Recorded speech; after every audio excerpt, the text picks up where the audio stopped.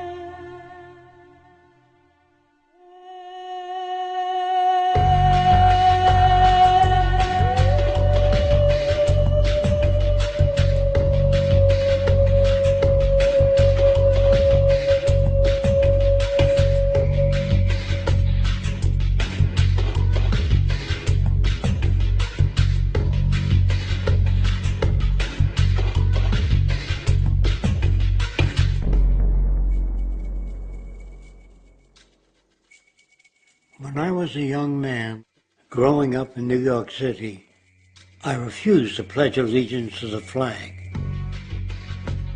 Of course, I was sent to the principal's office, and he asked me, "Why don't you want to pledge allegiance? Everybody does." I said, "Everybody once believed the earth was flat, but that doesn't make it so." I explained that America owed everything it has to other cultures and other nations, and that I would rather pledge allegiance to the earth and everyone on it. Needless to say, it wasn't long before I left school entirely, and I set up a lab in my bedroom. There I began to learn about science and nature. I realized then that the universe is governed by laws, and that the human being, along with society itself, was not exempt from these laws. Then came the crash of 1929, which began what we now call the Great Depression. I found it difficult to understand why millions were out of work, homeless, starving, while all the factories were sitting there. The resources were unchanged. It was then that I realized that the rules of the economic game were inherently invalid. Shortly after came World War II, where various nations took turns systematically destroying each other. I later calculated that all the destruction and wasted resources spent on that war could have easily provided for every human need on the planet. Since that time, I have watched humanity set the stage for its own extinction. I have watched as the precious finite resources are perpetually wasted and destroyed in the name of profit and free markets. I have watched the social values of society be reduced into a base artificiality of materialism and mindless consumption. And I have watched as the monetary powers control the political structure of supposedly free societies. I'm 94 years old now, and I'm afraid my disposition is the same as it was 75 years ago. This shit's got to go.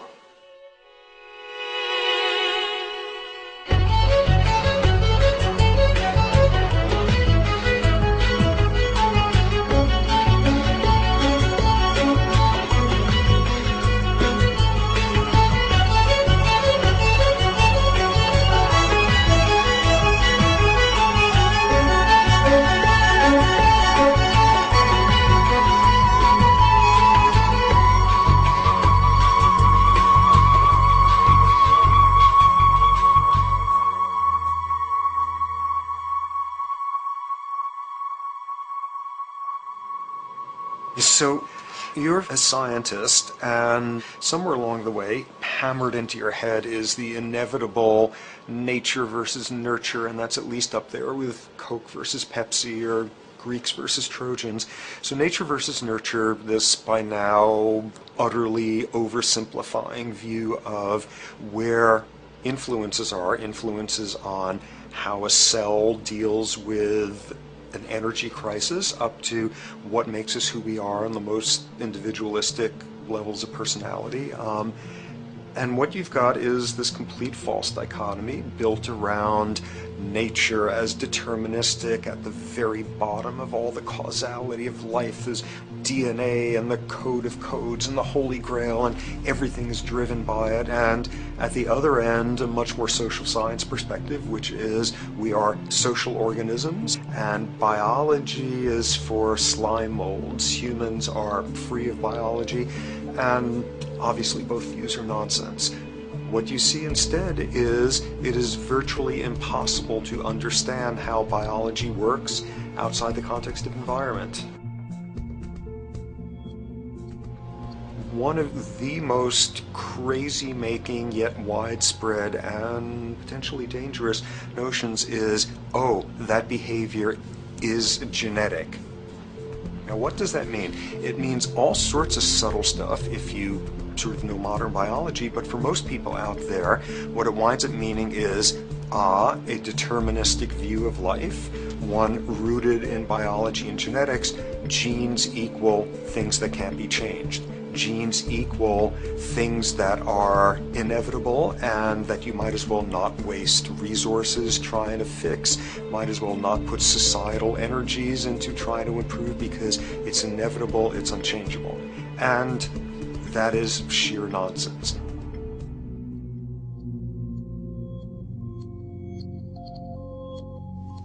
It is widely thought that conditions like ADHD are genetically programmed, conditions like schizophrenia are genetically programmed. The truth is the opposite. Nothing is genetically programmed. They're very rare diseases. I mean, a small handful, extremely sparsely represented in the population, that are truly genetically determined. Most complex conditions might have a predisposition that is a genetic component, but a predisposition is not the same as a predetermination. The whole search for the source of diseases in the genome was doomed to failure before anybody even thought of it, because most diseases are not genetically predetermined. Heart disease, cancer, strokes, rheumatoid conditions, autoimmune conditions in general, mental health conditions, addictions, these are none of them genetically determined. Breast cancer, for example, out of 100 women with breast cancer, only 7 will carry the breast cancer genes. 93 do not. And out of 100 women who do have the genes, not all of them will get cancer.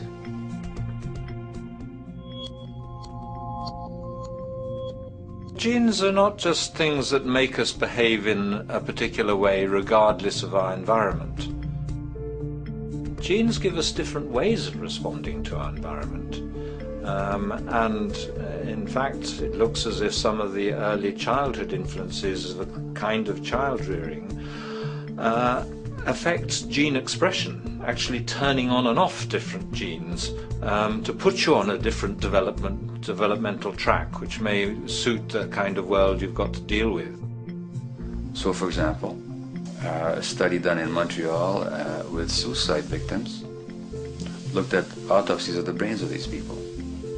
And it turned out that if a suicide victim, these are usually young adults, had been abused as children, the abuse actually caused a genetic change in the brain that was absent in the brains of people who had not been abused. That's an epigenetic effect. Epi means on top of, so that the epigenetic influence is what happens environmentally to either activate or deactivate certain genes.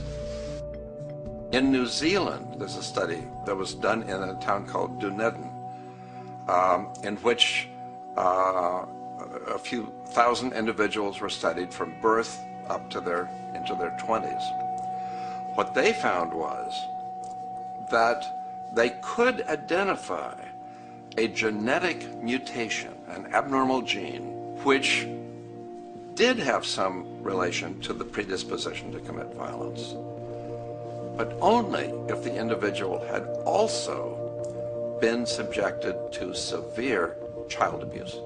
In other words, a child with this abnormal gene would be no more likely to be violent than anybody else, and in fact they have a lower rate of violence than people with normal genes, as long as they weren't abused as children. Great additional example of the ways in which genes are not be-all, end-all. Fancy technique where you can take a specific gene out of a mouse, that mouse and its descendants will not have that gene, you have knocked out that gene. So there's this one gene that codes for a protein that has something to do with learning and memory, and this fabulous demonstration, knock out that gene and you have a mouse that doesn't learn as well. Ooh, a genetic basis for intelligence. What was much less appreciated in that landmark study that got picked up by the media left and right is take those genetically impaired mice and raise them in a much more enriched, stimulating environment than your normal mice in a lab cage, and they completely overcame that deficit. So when one says in a contemporary sense that, oh, this behavior is genetic, to the extent that that's even a valid sort of phrase to use, what you're saying is there is a genetic contribution to how this organism responds to environment. Genes may influence the readiness with which an organism will deal with a certain environmental challenge. that's not the version most people have in their minds, and not to be too soapboxing, but run with the old sort of version of it's genetic, and it's not that far from a history of eugenics and things of that sort. It's a widespread misconception, and it's a potentially fairly dangerous one. One reason that the sort of biological explanation for violence, one reason that hypothesis is potentially dangerous, it's not just misleading, it can really do harm, is because if you believe that, you could very easily say, well, there's nothing we can do to change the predisposition people have to becoming violent. All we can do if somebody becomes violent is punish them, lock them up or execute them. But we don't need to worry about changing the social environment or the social preconditions that may lead people to become violent, because that's irrelevant. The genetic argument allows us the luxury of ignoring past and present historical and social factors. And in the words of Louis Menand, he wrote in the New Yorker, very astutely, he said, "It's all in the genes, an explanation for the way things are that does not threaten the way things are. Why should someone feel unhappy or engage in antisocial behavior when that person is living in the freest and most prosperous nation on earth? It can't be the system. There must be a flaw in the wiring somewhere," which is a good way of putting it. So the genetic argument is simply a cop-out, which allows us to ignore the social and economic and political factors that in fact underlie many troublesome behaviors.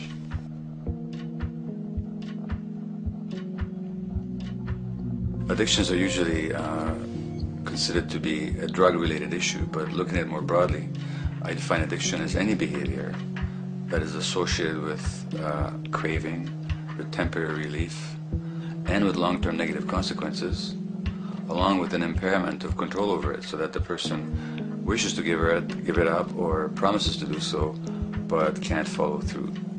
And when you understand that, then you can see that there are many more addictions than simply those related to drugs. So there's workaholism, there's addiction to shopping, to the internet, to video games. There's the addiction to power. People have power, but they want more and more and more. Nothing is ever enough for them. Acquisition, corporations that must own more and more. The addiction to oil, or at least to the wealth and to the products made accessible to us by oil. Look at the negative consequences on the environment. We're destroying the very earth that we inhabit for the sake of that addiction. Now, these addictions are far more devastating in their social consequences than the cocaine or heroin habits of my downtown East Side patients. Yet they're rewarded and considered to be respectable. The tobacco company executive that shows a higher profit will get a much bigger reward. He doesn't face any negative consequences legally or otherwise. In fact, he's a respected member of the board of several other corporations. But tobacco smoke-related diseases kill 5.5 million people around the world every year. In the United States, they kill 400,000 people a year. And these people are addicted to what? To profit. To such a degree are they addicted that they're actually in denial about the impact of their activities, which is typical for addicts, is denial. And that's a respectable one. It's respectable to be addicted to profit no matter what the cost. So what is acceptable and what is respectable is a highly arbitrary phenomenon in our society. And it seems like the greater the harm, the more respectable the addiction.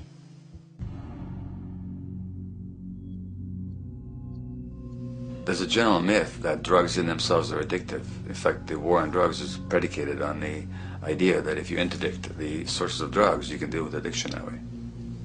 Now, if we understand addiction in a broader sense, we see that nothing in itself is addictive. No substance, no drug is by itself addictive, and no behavior is by itself addictive. Many people can go shopping without becoming shopaholics. Not everybody becomes a food addict. Not everyone who drinks a glass of wine becomes an alcoholic.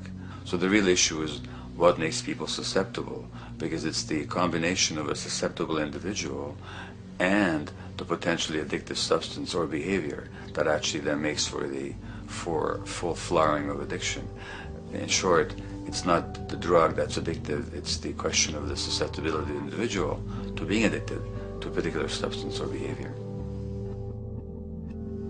If we wish to understand what then makes some people susceptible, we actually have to look at their life experience. The old idea, although it's old, but it's still broadly held, that addictions are due to some genetic cause is simply scientifically untenable. What the case is actually is that certain life experiences make people susceptible. Life experiences that not only shape the person's personality and psychological needs, but also their very brains in certain ways. And that process begins in utero.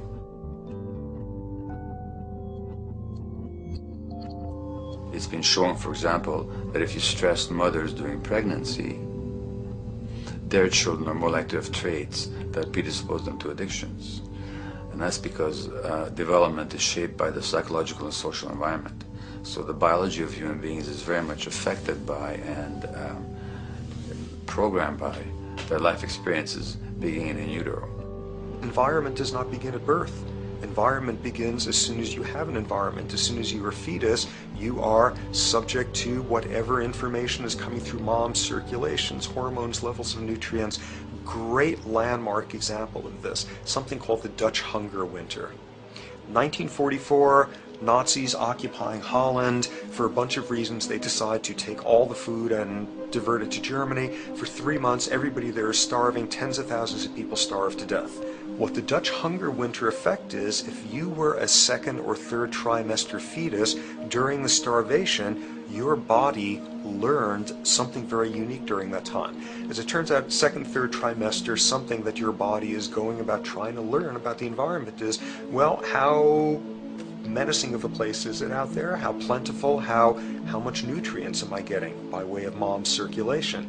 Be a fetus who is starving during that time, and your body programs forever after to be really, really, really stingy with your sugar and fat, and what you do is you store every bit of it.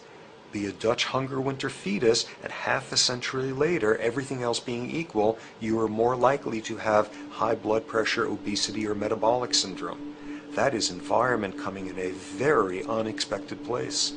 You can stress animals in a laboratory when they're pregnant, and their offspring will be more likely to use cocaine and alcohol as adults. You can stress human mothers. For example, in a British study, women who are abused in pregnancy will have higher levels of the stress hormone cortisol in their placenta at birth, and their children are more likely to have conditions that predispose them to addictions by age 7 or 8. So in utero stress already prepares the ground for all kinds of mental health issues. Israeli study done prior on children born to mothers who were pregnant prior to the onset of the 1967 war. These women, of course, are very stressed, and their offspring have a higher incidence of schizophrenia than the average cohort. So there's plenty of evidence now that prenatal effects have a huge impact on the developing human being.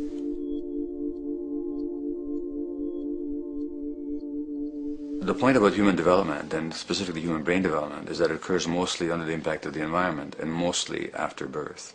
Now, if you compare us to a horse, which can run on the first day of life, we see that we are very undeveloped. We can't muster that much neurological coordination, balance, muscle strength, visual acuity until a year and a half, 2 years. And that's because the brain development that in the horse happens in the safety of the womb, in a human being has to happen after birth. And that has to do with simple evolutionary logic. As the head gets larger, which is what makes us into human beings, the burgeoning of the forebrain is what creates the human species, actually.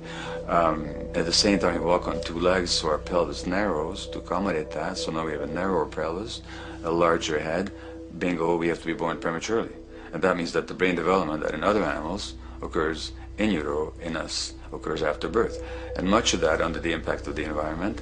And the concept of neural Darwinism simply means that the circuits that get the appropriate input from the environment will develop optimally, and the ones that don't will either not develop optimally or perhaps not at all. If you take a child with perfectly good eyes at birth and you put him in a dark room for 5 years, he'll be blind thereafter for the rest of his life, because The circuits of vision require light waves for their development, and without that, even the rudimentary circuits present and active at birth will atrophy and die, and new ones will not develop. There's a significant way in which early experiences shape adult behavior, and even and especially early experiences for which there's no recall memory. It turns out that there are two kinds of memory. There is explicit memory, which is recall. This is when you can call back facts, details, episodes, circumstances. But the structure in the brain, which is called the hippocampus, which encodes recall memory, it doesn't even begin to develop fully until 1.5 years, and it's not fully developed until much later, which is why hardly anybody has any recall memory prior to 18 months. But there's another kind of memory, which is called implicit memory, which is in fact an emotional memory, where the emotional impact and the interpretation that the child makes of those emotional experiences is ingrained in the brain in the form of nerve circuits ready to fire without specific recall. So to give you a clear example, people who are adopted have a lifelong sense of rejection very often. They can't recall the adoption, they can't recall the separation from birth mother, because there's nothing there to recall with. But the emotional memory of separation and rejection is deeply embedded in their brains. Hence, they're much more likely to experience a sense of rejection and a great emotional upset when they perceive themselves as being rejected than other people. That's not unique to people who are adopted, but it's particularly strong in them because of this function of implicit memory.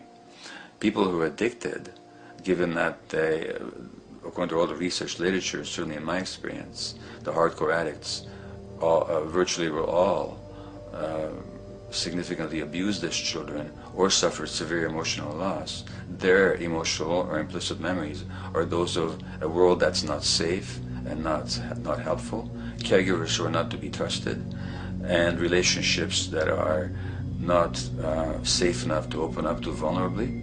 And hence their responses tend to be to keep themselves separate from really intimate relationships, not to trust caregivers, doctors and other people who are trying to help them, and generally see the world as an unsafe place. And that's strictly a function of implicit memory, which sometimes has to do with incidents they don't even recall.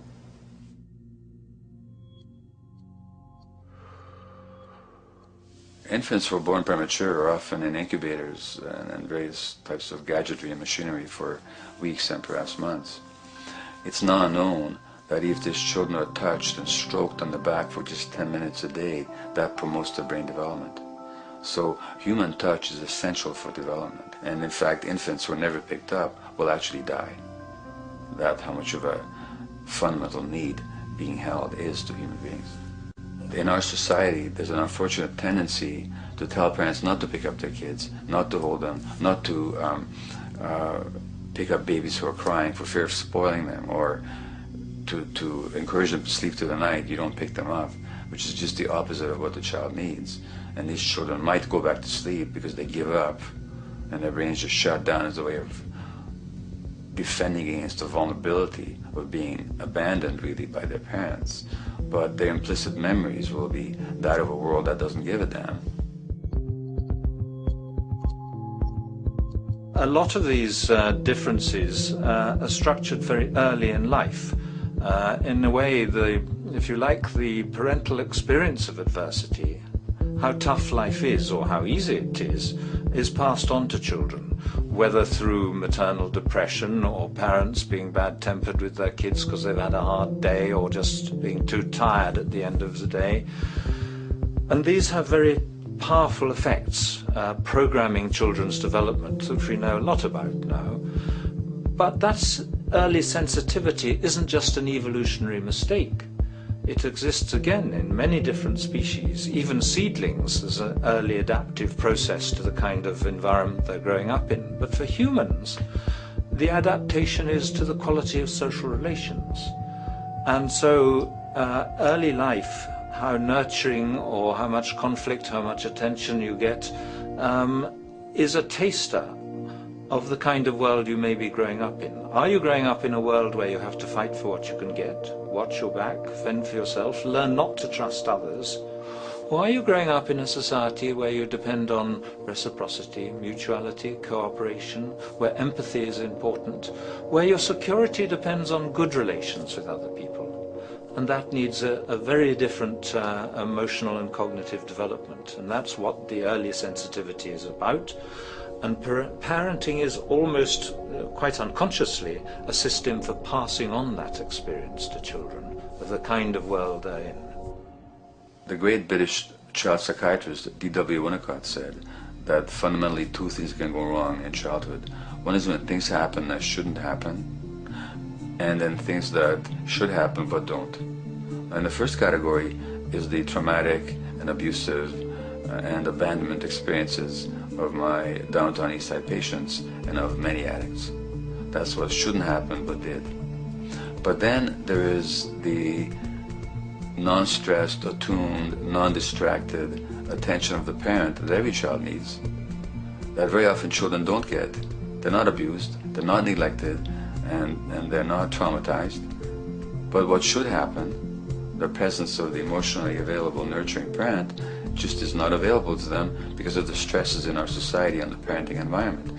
And the psychologist Alan Shore calls that proximal abandonment, when the parent is physically present but emotionally absent.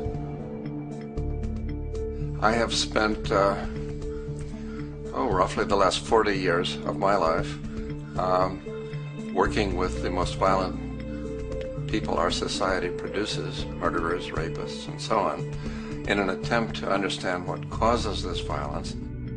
I discovered that the most violent of the criminals in our prisons had themselves been victims of a degree of child abuse that was beyond the scale of what I ever thought of applying the term child abuse to. I had no idea of the depth of the depravity with which children in our society are all too often treated. The most violent people I saw were themselves the survivors of their own attempted murder, often at the hands of their parents or other people in their social environment, or were the survivors of family members who'd been killed, their closest family members, by other people. The Buddha argued that everything depends on everything else. He says the one contains the many and the many contains the one. That you can't understand anything in isolation from its environment. The leaf contains the sun, the sky, and the earth, obviously. This has not been shown to be true, of course, all around, and specifically when it comes to human development.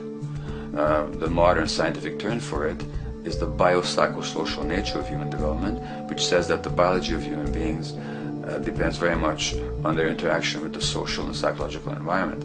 And specifically, the psychiatrist and researcher Daniel Siegel at the University of California, Los Angeles, UCLA, has coined the phrase interpersonal neurobiology, which means to say that the way that our nervous system functions depends very much on our personal relationships. In the first place with the parenting caregivers, and in the second place with other important attachment figures in our lives, and in the third place with our entire culture. So that you can't separate the neurological functioning of a human being from the environment in which he or she grew up in and continues to exist in. And this is true throughout the life cycle. It's particularly true when you're dependent and helpless and your brain is developing, but it's true even in adults and even at the end of life.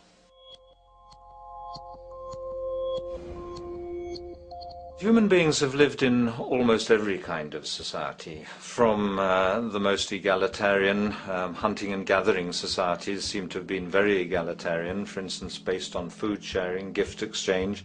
Small bands of people living predominantly off of foraging, but a little bit of hunting. Predominantly among people you have at the least known your entire life, if not surrounded by third cousins or closer, in a world in which there is a great deal of fluidity between different groups, in a world in which there is not a whole lot in terms of material culture. This is how humans have spent most of their hominid history. And no surprise, that makes for a very different world. One of the things you get as a result of that is far less violence. Organized group violence is not something that occurred at that time of human history, and that seems quite clear. So where did we go wrong? Violence is not universal. It's not symmetrically distributed throughout the human race. There is a huge variation in the amount of violence in different societies. There are some societies that have virtually no violence. There are others that destroy themselves. Some of the Anabaptist religious groups that are complete strict pacifists, like the Amish, the Mennonites, the Hutterites. Among some of these groups, the Hutterites, there are no recorded cases of homicide. During our major wars, like World War II, where people were being drafted, they would refuse to serve in the military. They would go to prison rather than serve in the military. In the kibbutzim in Israel, the level of violence is so low that the criminal courts there will often send violent offenders, people who've committed crimes, to live on the kibbutzim in order to learn how to live a nonviolent life, because that's the way people live there. So we are amply shaped by society. Our societies in the broader sense, including our theological, our metaphysical, our linguistic influences, etc., our societies help shape us as to whether or not we think life is basically about sin or about beauty, whether the afterlife will carry a price for how we live our lives or if it's irrelevant. In a broad sort of way, different large societies could be termed as individualistic or collectivist, and you get very different people and different mindsets, and I suspect different brains coming along with that. We in America are in one of the most individualistic of societies, and capitalism being a system that allows you to go higher and higher up a potential pyramid, and the deal is it comes with fewer and fewer safety nets. By definition, the more stratified a society is, the fewer people you have as peers, the fewer people with whom you have symmetrical, reciprocal relationships, and instead all you have are differing spots and endless hierarchies. And a world in which you have few reciprocal partners is a world with a lot less altruism.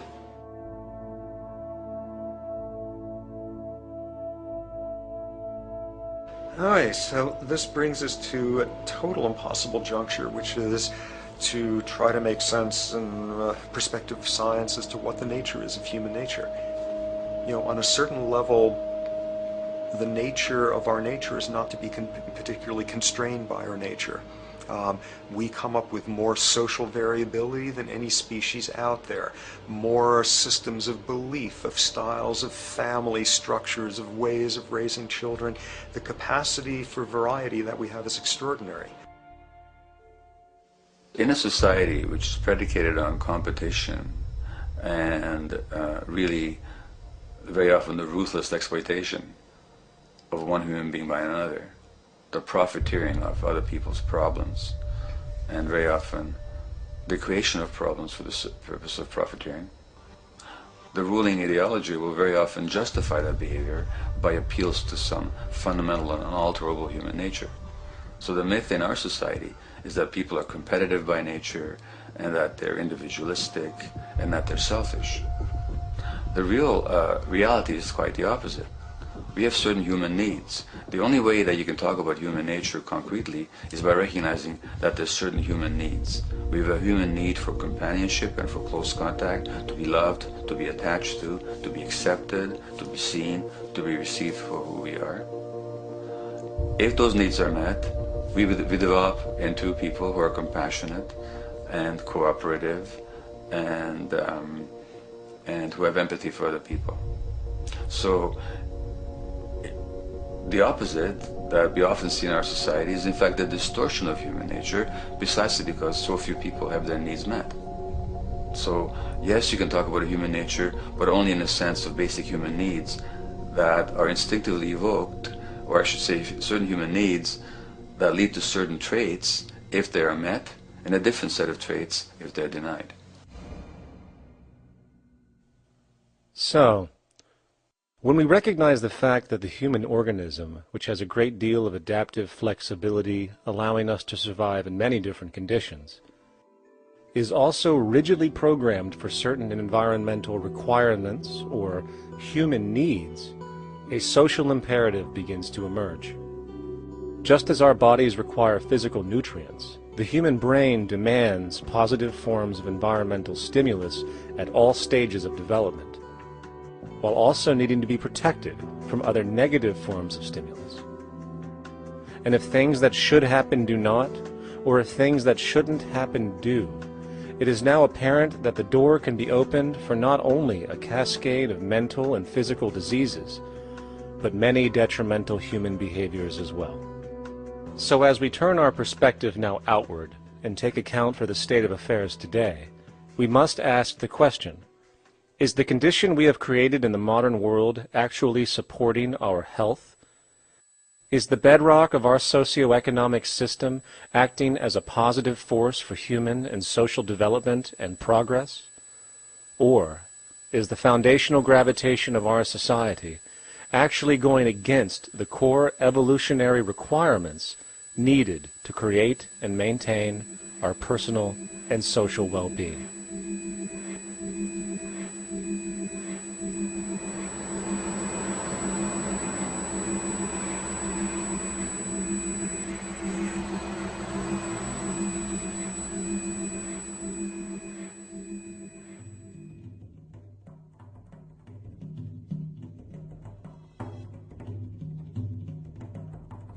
So one might ask, where did this all begin?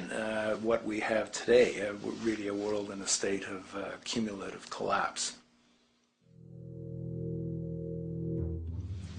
You get it started with John Locke. And John Locke introduces property, and he has three provisos for just private right and property. And the three provisos are that there must be enough left over for others, and that you must not let it spoil, and that you, most of all, must mix your labor with it.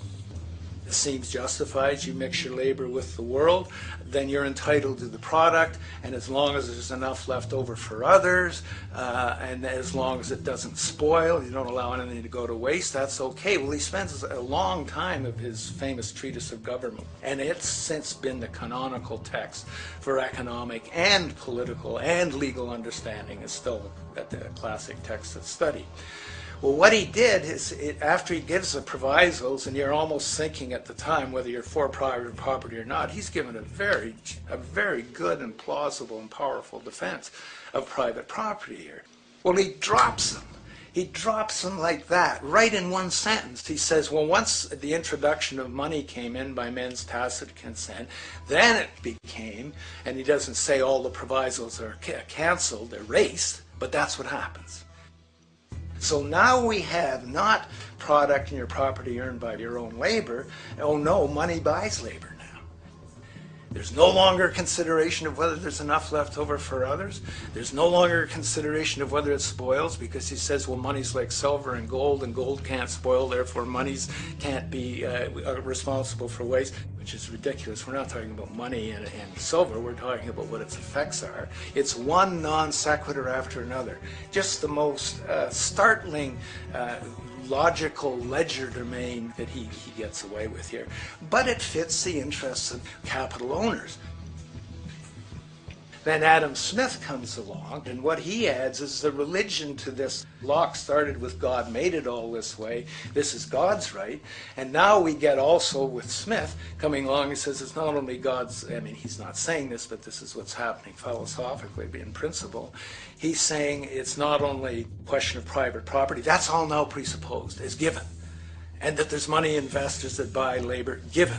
That there's no limit to how much they can buy of other men's labor, how much they can accumulate, how much inequality, that's all given now. And so he comes along, and what his big idea is, and again, it's just introduced in parentheses, en passant. You know, when people put out the goods for sale and others, you know, the supply, and other people buy them with the demand and so forth, how do we have supply equaling demand or demand equaling supply? How can they come into equilibrium? And that is one of the central notions of economics, is how do they come into equilibrium?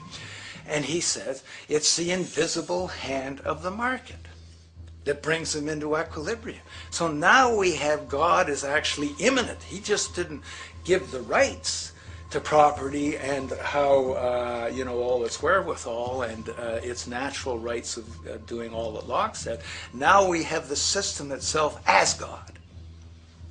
In fact, Smith says, when he talks, and you'll never find this quoted, you'll have to read the whole of the Inquiry into the Wealth of Nations. He says, the scantiness of subsistence sets limits to the reproduction of the poor, and that nature can deal with this in no other way than elimination of their children. So he anticipated evolutionary theory in the worst sense. This is well before Darwin. And so he called them the race of laborers. So you can see there was inherent racism built in here. There was an inherent acceptance, life blindness to kill innumerable children. And he thought, well, that's the invisible hand making supply meet demand and demand meet supply. So see how wise God is. So you can see a lot of the really virulent, life-destructive, eco-genocidal things that are going on now have, in a way, a thought gene back in Smith too. When we reflect on the original concept of the so-called free market capitalist system, as initiated by early economic philosophers such as Adam Smith, we see that the original intent of a market was based around real, tangible, life-supporting goods for trade. Adam Smith never fathomed that the most profitable economic sector on the planet would eventually be in the arena of financial trading or so-called investment, where money itself is simply gained by the movement of other money in an arbitrary game which holds zero productive merit to society. Yet, regardless of Smith's intent, the door for such seemingly anomalous advents was left wide open by one fundamental tenet of this theory. Money is treated as a commodity in and of itself. Today, in every economy of the world, regardless of the social system they claim, money is pursued for the sake of money and nothing else. The underlying idea, which was mysteriously qualified by Adam Smith with his religious declaration of the invisible hand, is that the narrow, self-interested pursuit of this fictional commodity will somehow magically manifest human and social well-being and progress. The reality is that the monetary incentive interest, or what some have termed the money sequence of value, has now completely decoupled from the foundational life interest, which could be termed the life sequence of value. What has happened is that there's a complete confusion in economic doctrine between those two sequences. They think that the money sequence of value delivers the life sequence of value, and that's why they say if more goods are sold, if GDPs rise and so forth, therefore there'll be more well-being, enhanced well-being. We take the GDP to be basically our indicator of social health. Well, there you see the confusion. It's talking about money sequences of value, that is all the receipts, all the revenues that are derived from selling goods, and they're confusing that with life reproduction, so that you have built right into this thing from the beginning is a complete conflation of the money and life sequences of value. So we're dealing with a kind of structured delusion that becomes more and more deadly as the money sequence decouples from producing anything at all. So it's a system disorder, and the system disorder seems to be fatal.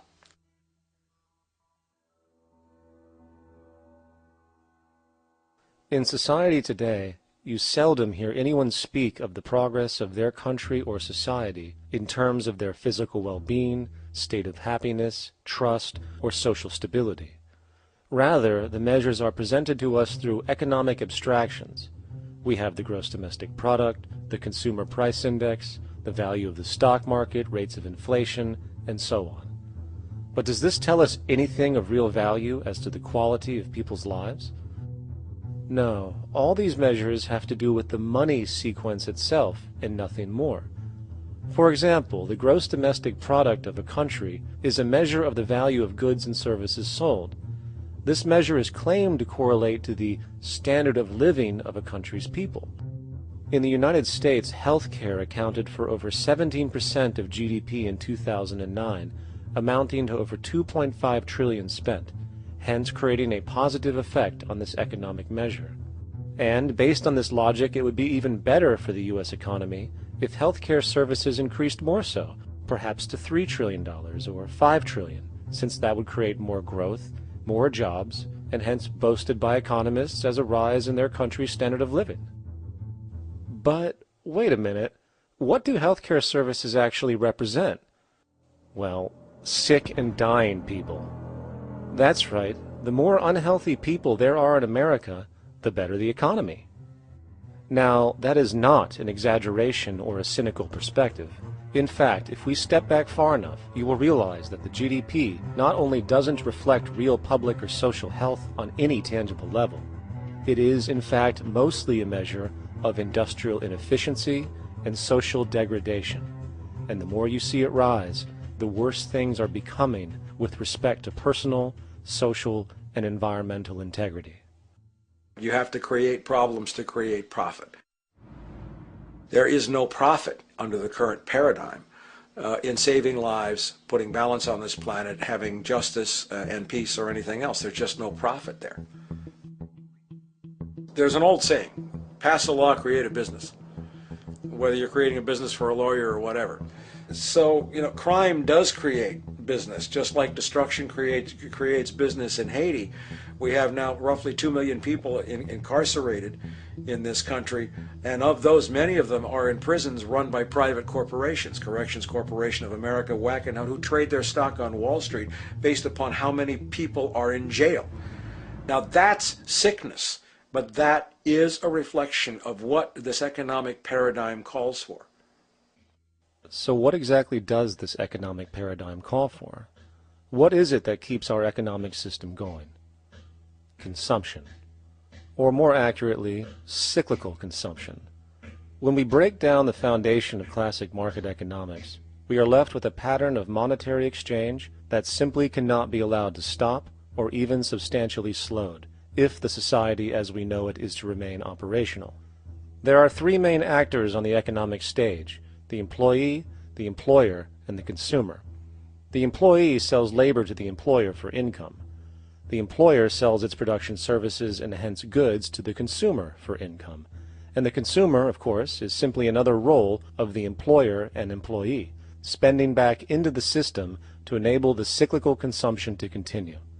In other words, the global market system is based on the assumption that there will always be enough product demand in society to move enough money around at a rate which can keep the consumption process going. And the faster the rate of consumption, the more so-called economic growth is assumed, and so the machine goes. But hold on, I thought an economy was meant to, economize? Doesn't the very term have to do with preservation and efficiency and a reduction of waste? So how does our system, which demands consumption and the more the better, efficiently preserve or economize at all? Well, it doesn't. The intent of the market system is, in fact, the exact opposite of what a real economy is supposed to do, which is efficiently and conservatively orient the materials for production and distribution of life-supporting goods. We live on a finite planet with finite resources, where, for example, the oil we utilize took millions of years to develop, where the minerals we use took billions of years to develop. So, having a system that deliberately promotes the acceleration of consumption for the sake of so-called economic growth is pure ecocidal insanity. Absence of waste, that's what efficiency is.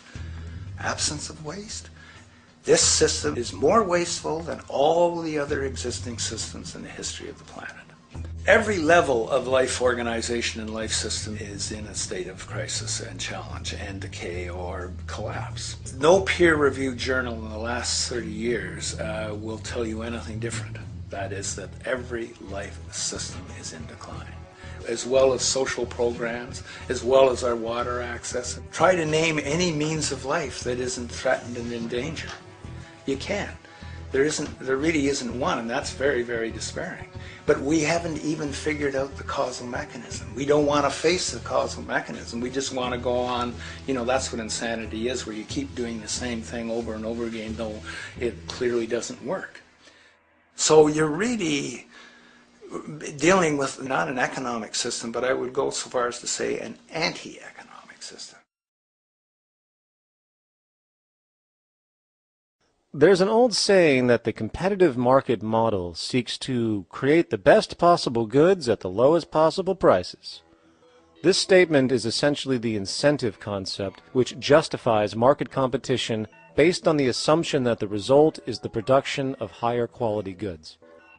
If I was going to build myself a table from scratch, I would naturally build it out of the best, most durable materials possible, right? With the intent for it to last as long as possible. Why would I want to make something poor, knowing I would have to eventually do it again and expend more materials and more energy? Well, as rational as that may seem in the physical world, when it comes to the market world, it is not only explicitly irrational, it is not even an option. It is technically impossible to produce the best of anything if a company is to maintain a competitive edge and hence remain affordable to the consumer.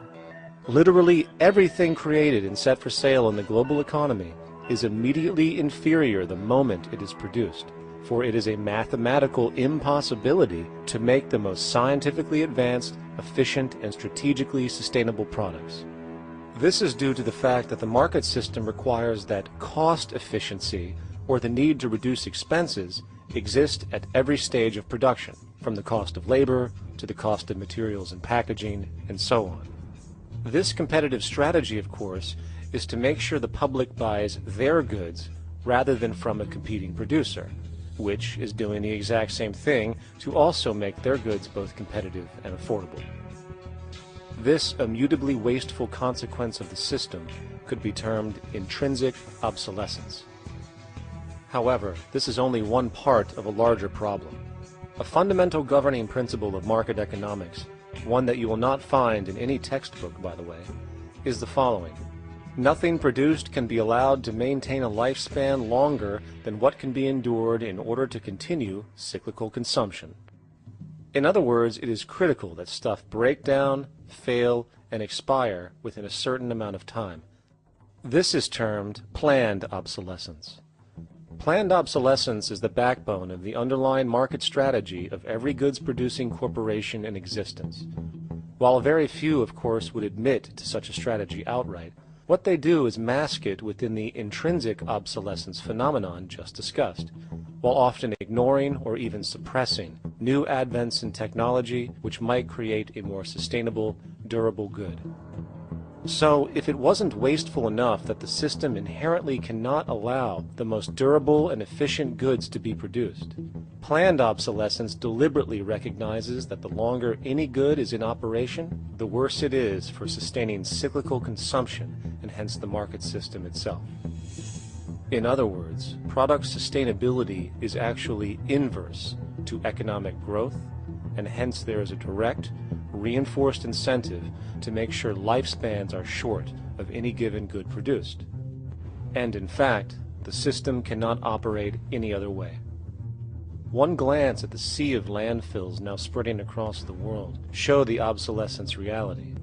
There are now billions of cheaply made cell phones, computers, and other technology, each full of precious, difficult-to-mine materials such as gold, coltan, copper, now rotting in vast piles, usually due to the mere malfunction or obsolescence of small parts, which, in a conservative society, could likely be fixed or updated, and the life of the good extended.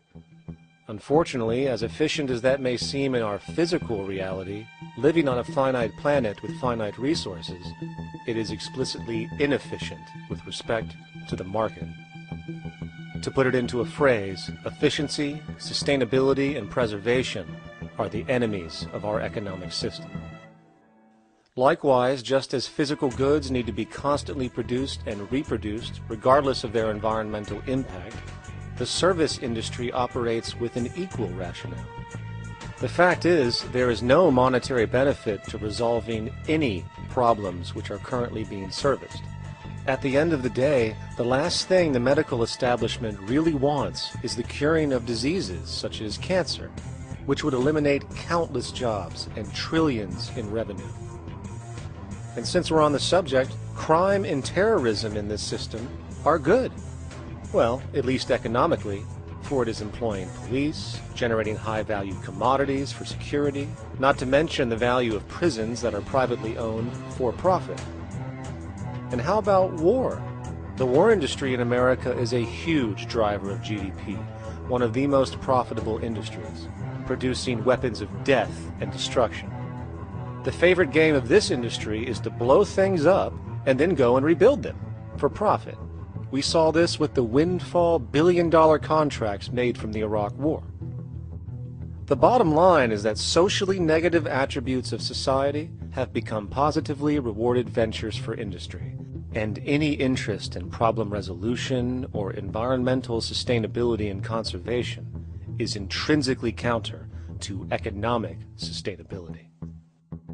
And this is why, every time you see the GDP rise in any country, you are witnessing an increase in necessity, whether real or contrived. And by definition, a necessity is rooted in inefficiency. Hence, increased necessity means increased inefficiency. The American dream is based on rampant consumerism. It is based upon the fact that mainstream media, and especially commercial advertising, all corporations who need this infinite growth have convinced us, or brainwashed most people in America, and hence the world, that we have to have X number of material possessions and the possibility of gaining infinitely more material possessions in order to be happy. That's just not true. So why do people continue to buy in this way, which is ultimately eco-genocidal in its systemic effects, cumulatively? And it just is classical operant conditioning. You simply put inputs of conditioning into the organism, and you have outputs of desired behaviors or goals or objectives. And it has all the resources of technology. And they boast about how they get into the minds of infants. What they hear is already making them conditioned to the brand. Then you see, well, that's how people have been such fools. In a way, they've been taught to be fools. It's a value system disorder. You know, if there is any testament to the plasticity of the human mind, if there is any proof to how malleable human thought is and how easily conditioned and guided people can become based on the nature of their environmental stimulus and what it reinforces, the world of commercial advertising is the proof. You have to stand in awe at the level of brainwashing where these programmed robots known as consumers wander the landscape only to walk into a store and spend, say, $4,000 on a handbag that likely costs $10 to make in a sweatshop overseas, only for the brand status it supposedly represents in the culture. Or perhaps the ancient communal traditions which increase trust and cohesiveness in society, which have now been hijacked by acquisitive, materialistic values, where now annually we exchange useless crap a few times a year. And we might wonder why so many today have a compulsion to shopping and acquisition, when it is clear that they have been conditioned from childhood to expect material goods as a sign of their status with friends and family. The fact is, the foundation of any society are the values that support its operation, and our society, as it exists, can only operate if our values support the conspicuous consumption it requires to continue the market system. 75 years ago, consumption in America and much of the First World was half of what we see today per person. Today's new consumer culture has been manufactured and imposed due to the very real need for higher and higher levels of consumption. And this is why most corporations now spend more money on advertising than the actual process of product creation itself. They work diligently to create a false need for you to fill, and it happens to work. You know, economists are in fact not economists at all. They're propagandists of money value, and you'll find that all their models basically get down to token exchanges that are to the profit of one side or both sides or whatever, but they're completely disconnected from the actually existing world of reproduction. In Ohio, an old man failed to pay his electric bill. You may be familiar with the case. And the electric company turned off the electricity and he died. The reason they turned it off was because it wouldn't have been profitable for them to keep it on because he didn't pay his bill. Do you believe that was right? The responsibility really lies not on the electric company for turning it off, but on those of this man's neighbors and friends and associates who are not charitable enough to enable him as an individual to meet the electric bill. Did I hear that right? Did he just say the death of a man caused by not having money was the responsibility of other people, or in effect charity? Well then, I guess we're going to need a whole lot of infomercials, little miserable coin slot donations for bodega counters, and a bunch of pickle jars for the billion people now starving to death on this planet because of the very system Milton Friedman promotes. Whether you are dealing with the philosophies of Milton Friedman, F.A. Hayek, John Maynard Keynes, Ludwig von Mises, or any other major market economist, the basis of rationale rarely leaves the money sequence. It is like a religion. Consumption analysis, stabilization policies, deficit spending, aggregate demand.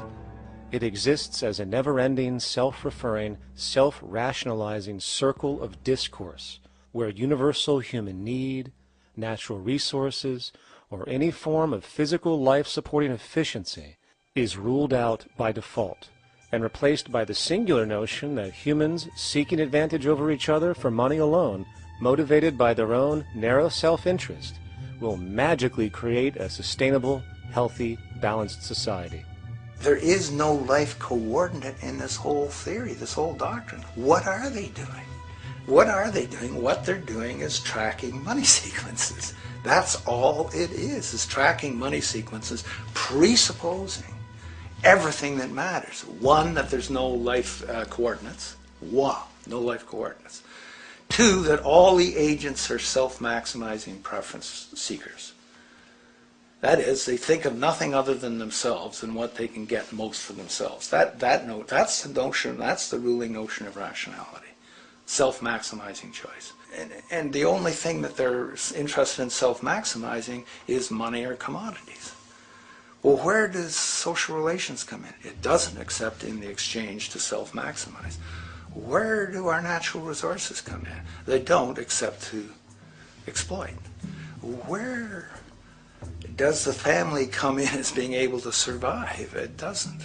They have to have money in order to purchase any good. Well, shouldn't an economy deal somewhere with human need? Isn't that what the fundamental issue is, to satisfy human needs? Oh, need isn't even in your lexicon. You dissolve it into wants. And what is a want? That means money demand that wants to buy. Well, if it's money demand that wants to buy, it's got nothing to do with need, because it may be the person has no money demand and desperately needs, say, water supply. Or it may be money demand wants a gold toilet seat. Well, where does it all go? To the gold toilet seat. And you call this economics? Like, it's really, when one thinks of it, it's got to be the most bizarre delusion in the history of human thought. Now, so far we have focused on the market system, but this system is actually only one half of the global economic paradigm. The other half is the monetary system. While the market system deals with the interaction of people gaming for profit across the spectrum of labor, production, and distribution, the monetary system is an underlying set of policies set by financial institutions which create conditions for the market system, among other things. It includes terms we often hear, such as interest rates, loans, debt, the money supply, inflation, etc. And while you might want to pull your hair out listening to the gibberish coming from the monetary economists, modest preemptive actions can obviate the need of more drastic actions at a later date. The nature and effect of this system is actually quite simple. Our economy has, or the global economy has, three basic things that govern it. One is fractional reserve banking, but banks printing money out of nothing. It's also based upon compound interest. When you borrow money, you have to pay back more than you borrowed, which means that you, in effect, create money out of thin air, again, which has to be serviced by creating still more money. We live in an infinite growth paradigm. The economic paradigm we live in now is a Ponzi scheme. Nothing grows forever. It's not possible. As a great psychologist James Hillman wrote, the only thing that grows in a human body after a certain age is cancer. It's not just the amount of money that has to keep growing, it's the amount of consumers. Consumers to borrow money at interest to generate more money, and obviously that's not possible on a finite planet. People are basically vehicles to just create money, which must create more money to keep the whole thing from falling apart, which is what's happening right now. There are really only two things anyone needs to know about the monetary system. 1. All money is created out of debt. Money is monetized debt, whether it materialized from treasury bonds, home loan contracts, or credit cards. In other words, if all outstanding debt was to be repaid right now, there would not be $1 in circulation. And 2, interest is charged on virtually all loans made, and the money needed to pay back this interest does not exist in the money supply outright. Only the principal is created by the loans, and the principal is the money supply. So, if all this debt was to be repaid right now, not only would there not be $1 left in circulation, there would also be a gigantic amount of money owed that is literally impossible to pay back, for it does not exist. The consequence of all of this is that two things are inevitable: inflation and bankruptcy. As far as inflation, this can be seen as an historical trend in virtually every country today, and easily tied to its cause, which is the perpetual increase of the money supply, which is required to cover the interest charges and keep the system going. As far as bankruptcy, it comes in the form of debt collapse. This collapse will inevitably occur with a person, a business, or a country, and typically happens when the interest payments are no longer possible to make. But there is a bright side to all of this. Well, at least in terms of the market system, because debt creates pressure. Debt creates wage slaves. A person in debt is much more likely to take a low wage than a person who isn't, hence becoming a cheap commodity. So it's great for the corporations to have a pool of people that have no financial mobility. But hey, that same train of thought also goes for entire countries. The World Bank and the International Monetary Fund, which mostly serve as proxies for transnational corporate interests, give gigantic loans to troubled countries at very high interest rates. And then, once the countries are deeply in the hole and can't pay, austerity measures are applied, the corporations swoop in, set up sweatshops, and take their natural resources. Now that's market efficiency. But wait, there's more. You see, there's this unique hybrid of the monetary and market system called the stock market, which rather than, actually produce anything real, they just buy and sell money itself. And when it comes to debt, you know what they do? That's right, they trade it. They actually buy and sell debt for profit, from credit default swaps and collateralized debt obligations for consumer debt, to complex derivative schemes used to mask the debt of entire countries, such as the collusion of investment bank Goldman Sachs in Greece, which nearly collapsed the entire European economy. So when it comes to the stock market and Wall Street, we have an entirely new level of insanity born out of the money sequence of value. All you need to know about markets was written in an editorial in the Wall Street Journal a couple of years ago. It was called Lessons of the Brain-Damaged Investor. And in this editorial, they explain why people with slight brain damage do better as investors than people with normal brain functionality. Why? Because the slightly brain-damaged person has no empathy.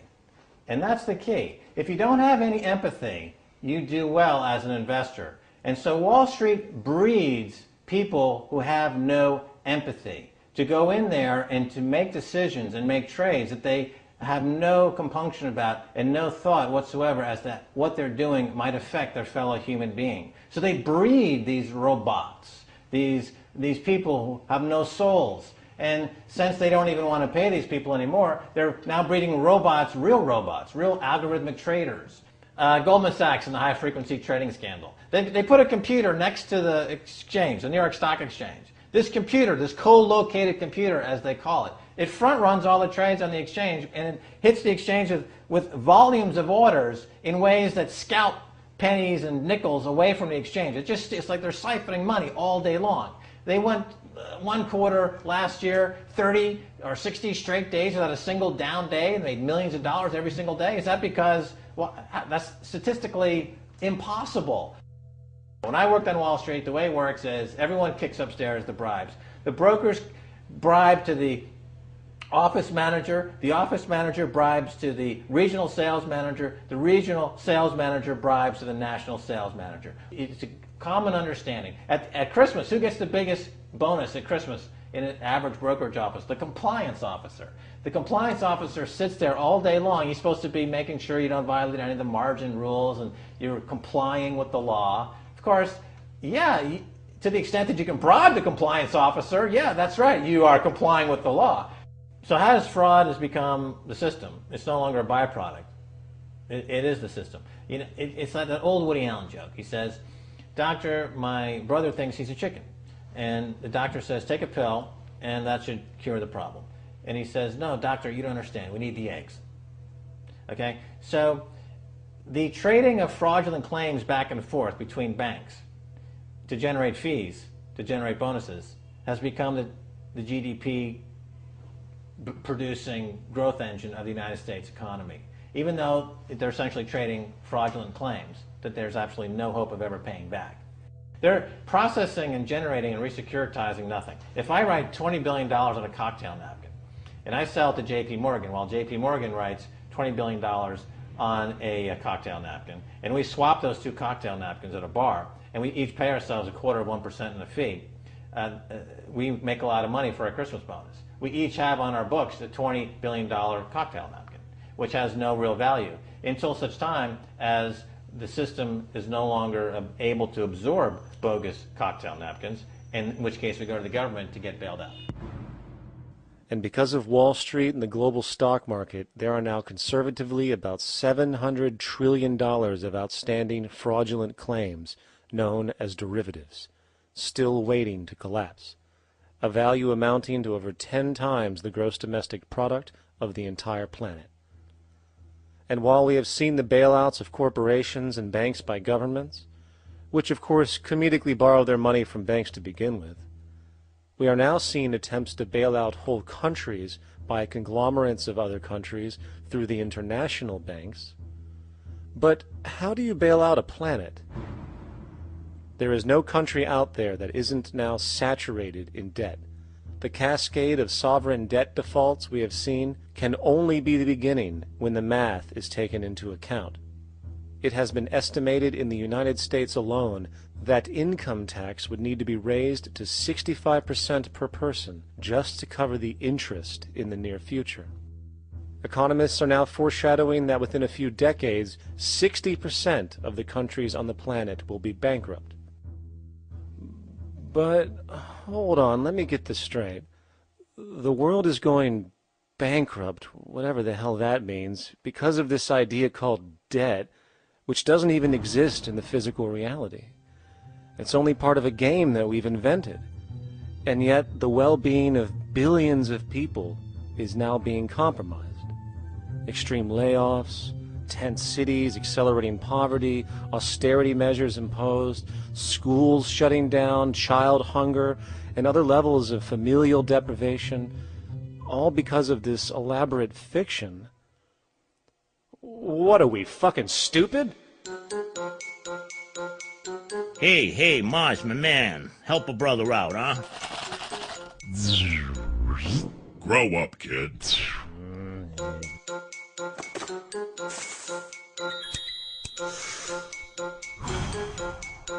Saturn, what's up, man? You remember that smoking nebula I hooked you up with a while back? Listen, Earth, we're getting really tired of you. You've been given everything, and yet you waste it all. You got plenty of resources, and you know it. Why don't you grow up and learn some responsibility, for Christ's sake? You're making your mother miserable.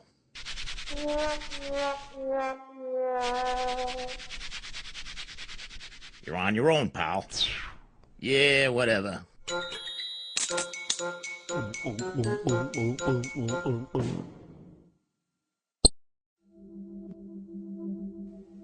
Now, all of this considered, from the waste machine known as the market system to the debt machine known as the monetary system, hence creating the monetary market paradigm which defines the global economy today, there is one consequence that runs through the entire machine: inequality. Whether it is the market system which creates a natural gravitation towards monopoly and power consolidation, while also generating pockets of wealthy industries that tower over others regardless of utility, such as the fact that top hedge fund managers on Wall Street now take home over $300 million a year for contributing literally nothing, while a scientist looking for a cure for a disease trying to help humanity might make $60,000 a year if they're lucky. Or whether it is the monetary system, which has class division built right into its structure. For example, if I have $1 million to spare and I put it into a CD at 4% interest, I will make $40,000 a year. No social contribution, no nothing. However, if I'm a lower class person and have to take loans to buy my car or home, I am paying in interest, which, in abstraction, is going to pay that millionaire with the 4% CD. This stealing from the poor to pay the rich is a foundational, built-in aspect of the monetary system, and it could be labeled structural classism. Of course, historically, social stratification has always been deemed unfair, but obviously accepted overall as now 1% of the population owns 40% of the planet's wealth. But, material fairness aside, there is something else going on underneath the surface of inequality, causing an incredible deterioration in public health as a whole. Well, I think people are often puzzled by the contrast between the material success of our societies, unprecedented levels of wealth, and the many social failings. I mean, you know, if you look at the rates of drug abuse or violence or self-harm amongst kids or mental illness, there's clearly something going deeply wrong with our societies.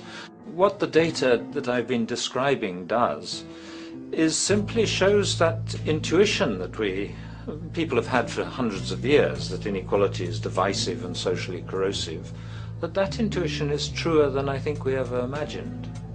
There are very powerful psychological and social effects of inequality, more to do, I suppose, with feelings of superiority and inferiority, that kind of division, and maybe going with the sort of respect, disrespect, people feeling looked down on at the bottom, which, by the way, is why violence is more common in more unequal societies. It's the trigger to violence is so often people feeling looked down on and disrespected.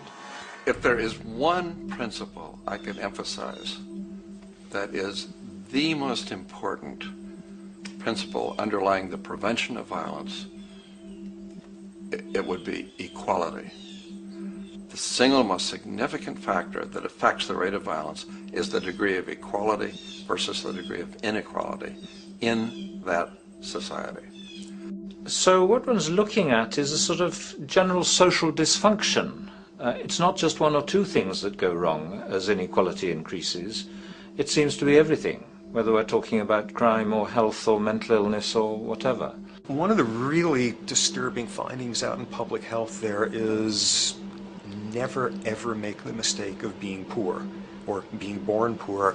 Your health pays for it in endless sorts of ways, something known as the health socioeconomic gradient. As you move down from the highest strata in society in terms of socioeconomic status, every step down, health gets worse for umpteen different diseases. Life expectancy gets worse, infant mortality rate, everything you could look at. So a huge issue has been, why is it that this gradient exists? Totally simple, obvious answer, which is if you are chronically sick, you're not going to be very productive, so health causes drive socioeconomic differences. not that in the slightest. On the very simple level that you could look at socioeconomic status of a 10-year-old, and that's going to predict something about their health decades later. So that's the direction of causality. Next one, what's it about? Oh, it's perfectly obvious. Poor people can't afford to go to the doctor. It's healthcare access. It's got nothing to do with that, because you see these same gradients in countries with universal healthcare, socialized medicine. Okay, next simple explanation. Oh, on the average, the poorer you are, the more likely you are to smoke, to drink, to all sorts of lifestyle risk factor stuff. Yeah, those contribute, but careful studies have shown that explains maybe about 1/3 of the variability. So what's left? And what's left is having a ton to do with the stress of poverty. So the poorer you are, starting off being, the person who's $1 income behind Bill Gates, the poorer you are in this country, on the average, the worse your health is. This tells us something really important. The health connection with poverty, it's not about being poor, it's about feeling poor. Increasingly, we recognize that chronic stress is an important influence on health, but the most important sources of stress are the quality of social relations. And if there is anything that lowers the quality of social relations, it is the socioeconomic stratification of society. What science has now shown is that regardless of material wealth, the stress of simply living in a stratified society leads to a vast spectrum of public health problems. And the greater the inequality, the worse they become. Life expectancy, longer in more equal countries. Drug abuse, less in more equal countries. Mental illness, less in more equal countries. Social capital, meaning the ability of people to trust each other, naturally greater in more equal countries. Educational scores, higher in more equal countries. Homicide rates, less in more equal countries. Crime and rates of imprisonment, less in more equal countries. It goes on and on. Infant mortality, obesity, teen birth rate, less in more equal countries. And perhaps most interesting, innovation, greater in more equal countries, which challenges the age-old notion that a competitive, stratified society is somehow more creative and inventive. Moreover, a study done in the UK called the Whitehall Study confirmed that there is a social distribution of disease as you go from the top of the socioeconomic ladder to the bottom. For example, it was found that the lowest rungs of the hierarchy had a 4-fold increase of heart disease-based mortality compared to the highest rungs. And this pattern exists irrespective of access to health care. Hence, the worse a person's relative financial status, the worse their health is going to be on average. This phenomenon is rooted in what could be termed psychosocial stress, and it is at the foundation of the greatest social distortions plaguing our society today. Its cause? The monetary market system. Make no mistake, the greatest destroyer of ecology, the greatest source of waste and depletion and pollution, the greatest purveyor of violence, war, crime, poverty, animal abuse, and inhumanity, the greatest generator of social and personal neuroses, mental disorders, depression, anxiety, not to mention the greatest source of social paralysis, stopping us from moving into new methodologies for personal health, global sustainability, and progress on this planet, is not some corrupt government or legislation, not some rogue corporation or banking cartel, not some flaw of human nature, and not some secret hidden cabal that controls the world. It is in fact the socio-economic system itself at its very foundation.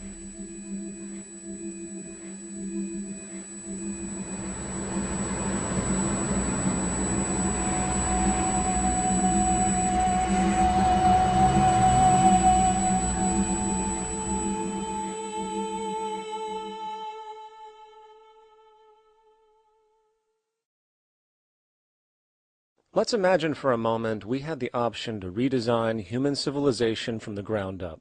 What if, hypothetically speaking, We discovered an exact replica of the planet Earth, and the only difference between this new planet and our current one is that human evolution had not occurred. It was an open palette. No countries, no cities, no pollution, no Republicans, just a pristine, open environment. So, what would we do? Well, first we need a goal, right? And it's safe to say that goal would be to survive. And not to just survive, but to do so in an optimized, healthy, prosperous way. Most people indeed desire to live, and they would prefer to do so without suffering. Therefore, the basis of this civilization needs to be as supportive and hence sustainable for human life as possible, taking into account the material needs of all the world's people while trying to remove anything that could hurt us in the long run. That goal of, say, maximum sustainability understood, the next question regards our method. What kind of approach do we take? Well, let's see. Last I checked, politics was the method of social operation on Earth.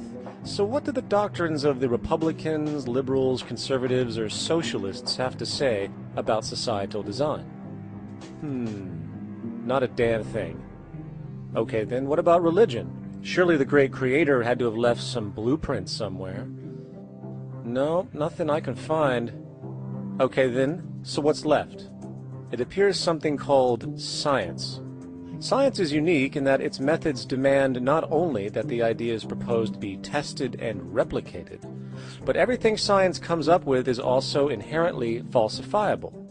In other words, unlike religion and politics, science has no ego, and everything it suggests accepts the possibility of being proven wrong eventually. It holds on to nothing and evolves constantly. Well, that sounds natural enough to me. So then, based on the current state of scientific knowledge in the early 21st century, along with our goal of maximum sustainability for the human population, how do we begin the actual process of construction? Well, the first question to ask, what do we need to survive? The answer, of course, are planetary resources. Whether it is the water we drink, the energy we use, the raw materials we utilize to create tools and shelter, the planet hosts an inventory of resources, many of which are demanded for our survival.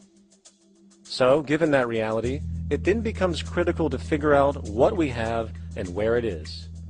This means we need to conduct a survey. We simply locate and identify every physical resource on the planet we can, along with the amount available at each location, from the deposits of copper, to the most potent locations for wind farms to produce energy, to the natural freshwater springs, to an assessment of the amount of fish in the ocean, to the most prime arable land for food cultivation, etc. But, since we humans are going to be consuming these resources over time, we then realize that not only do we need to locate and identify, we also need to track. We need to make sure we don't run out of any of this stuff. That would be bad. And this means not only tracking our rates of use, but the rates of earthly regeneration as well, such as how long it takes for, say, a tree to grow or a spring to replenish. This is called dynamic equilibrium. In other words, if we use up trees faster than they can be grown back, we have a serious problem, for it is unsustainable. So then, how do we track this inventory, especially when we recognize that all of this stuff is scattered everywhere? We have large mineral mines in what we call Africa, energy concentrations in the Middle East, huge tidal power possibilities on the Atlantic coast of North America, the largest supply of freshwater in Brazil, etc. Well, once again, good old science has a suggestion. It's called systems theory. Systems theory recognizes that the fabric of the natural world, from human biology to the earthly biosphere to the gravitational pull of the solar system itself, is one huge synergistically connected system, fully interlinked. Just as human cells connect to form our organs, and the organs connect to form our bodies, and since our bodies cannot live without the earthly resources of food, air, and water, we are intrinsically connected to the earth, and so on. So, as nature suggests, we take all of this inventory and tracking data and create a system to manage it. A global resource management system, in fact, to account for every relevant resource on the planet. There is simply no logical alternative if our goal as a species is survival in the long run. We have to keep track as a whole. That understood, we can now consider production. How do we use all this stuff? What will our process of production be, and what do we need to consider to make sure it is as optimized as possible to maximize our sustainability? Well, the first thing that jumps right out at us is the fact that we need to constantly try and preserve. The planet's resources are essentially finite, so it is important that we be strategic. Strategic preservation is key. The second thing we recognize is that some resources are really not as good as others in their performance. In fact, some of this stuff, when put into use, has a terrible effect on the environment, which invariably hinders our own health. For example, oil and fossil fuels, no matter how you cut it, release some pretty destructive agents into the environment. Therefore, it is critical we do our best to use such things only when we really have to, if at all. Fortunately for us, we see a ton of solar, wind, tidal, wave, heat differential, and geothermal possibilities for energy production, so we can strategize objectively about what we use and where to avoid what could be called negative retroactions, or anything that results from production or use that damages the environment and hence ourselves. We will call this strategic safety to couple in with our strategic preservation. But production strategies do not stop there. We are going to need an efficiency strategy for the actual mechanics of production itself. And what we find is that there are roughly 3 specific protocols we must adhere to. 1. Every good we produce must be designed to last as long as possible. Naturally, the more things break down, the more resources we are going to need to replace them, and the more waste produced. 2. When things do break down or are no longer usable for whatever reason, it is critical that we harvest or recycle as much as we possibly can. So the production design must take this into account directly at the very earliest stages. 3. Quickly evolving technologies, such as electronics, which are subject to the fastest rates of technological obsolescence, would need to be designed to foreshadow and accommodate physical updates. The last thing we want to do is throw away an entire computer system just because it has only one broken part or is outdated. So we simply design the components to be easily updated, part by part, standardized and universally interchangeable, foreshadowed by the current trend of technological change. And when we realize that the mechanisms of strategic preservation, strategic safety, and strategic efficiency are purely technical considerations, devoid of any human opinion or bias, we simply program these strategies into a computer which can weigh and calculate all the relevant variables, allowing us to always arrive at the absolute best method for sustainable production based on current understandings. And while that might sound complex, all it is a glorified calculator. Not to mention such multivariate decision-making and monitoring systems are already used across the world today for isolated purposes. It is simply a process of scaling it out. So, now we not only have our resource management system, but also a production management system, both of which are easily computer automated to maximize efficiency, preservation, and safety. The informational reality is that the human mind, or even a group of humans, cannot track what needs to be tracked. It must be done by computers, and it can be. And this brings us to the next level, distribution. What sustainability strategies make sense here? Well, since we know that the shortest distance between 2 points is a straight line, and since energy is required to power transport machines, the less transport distance, the more efficient.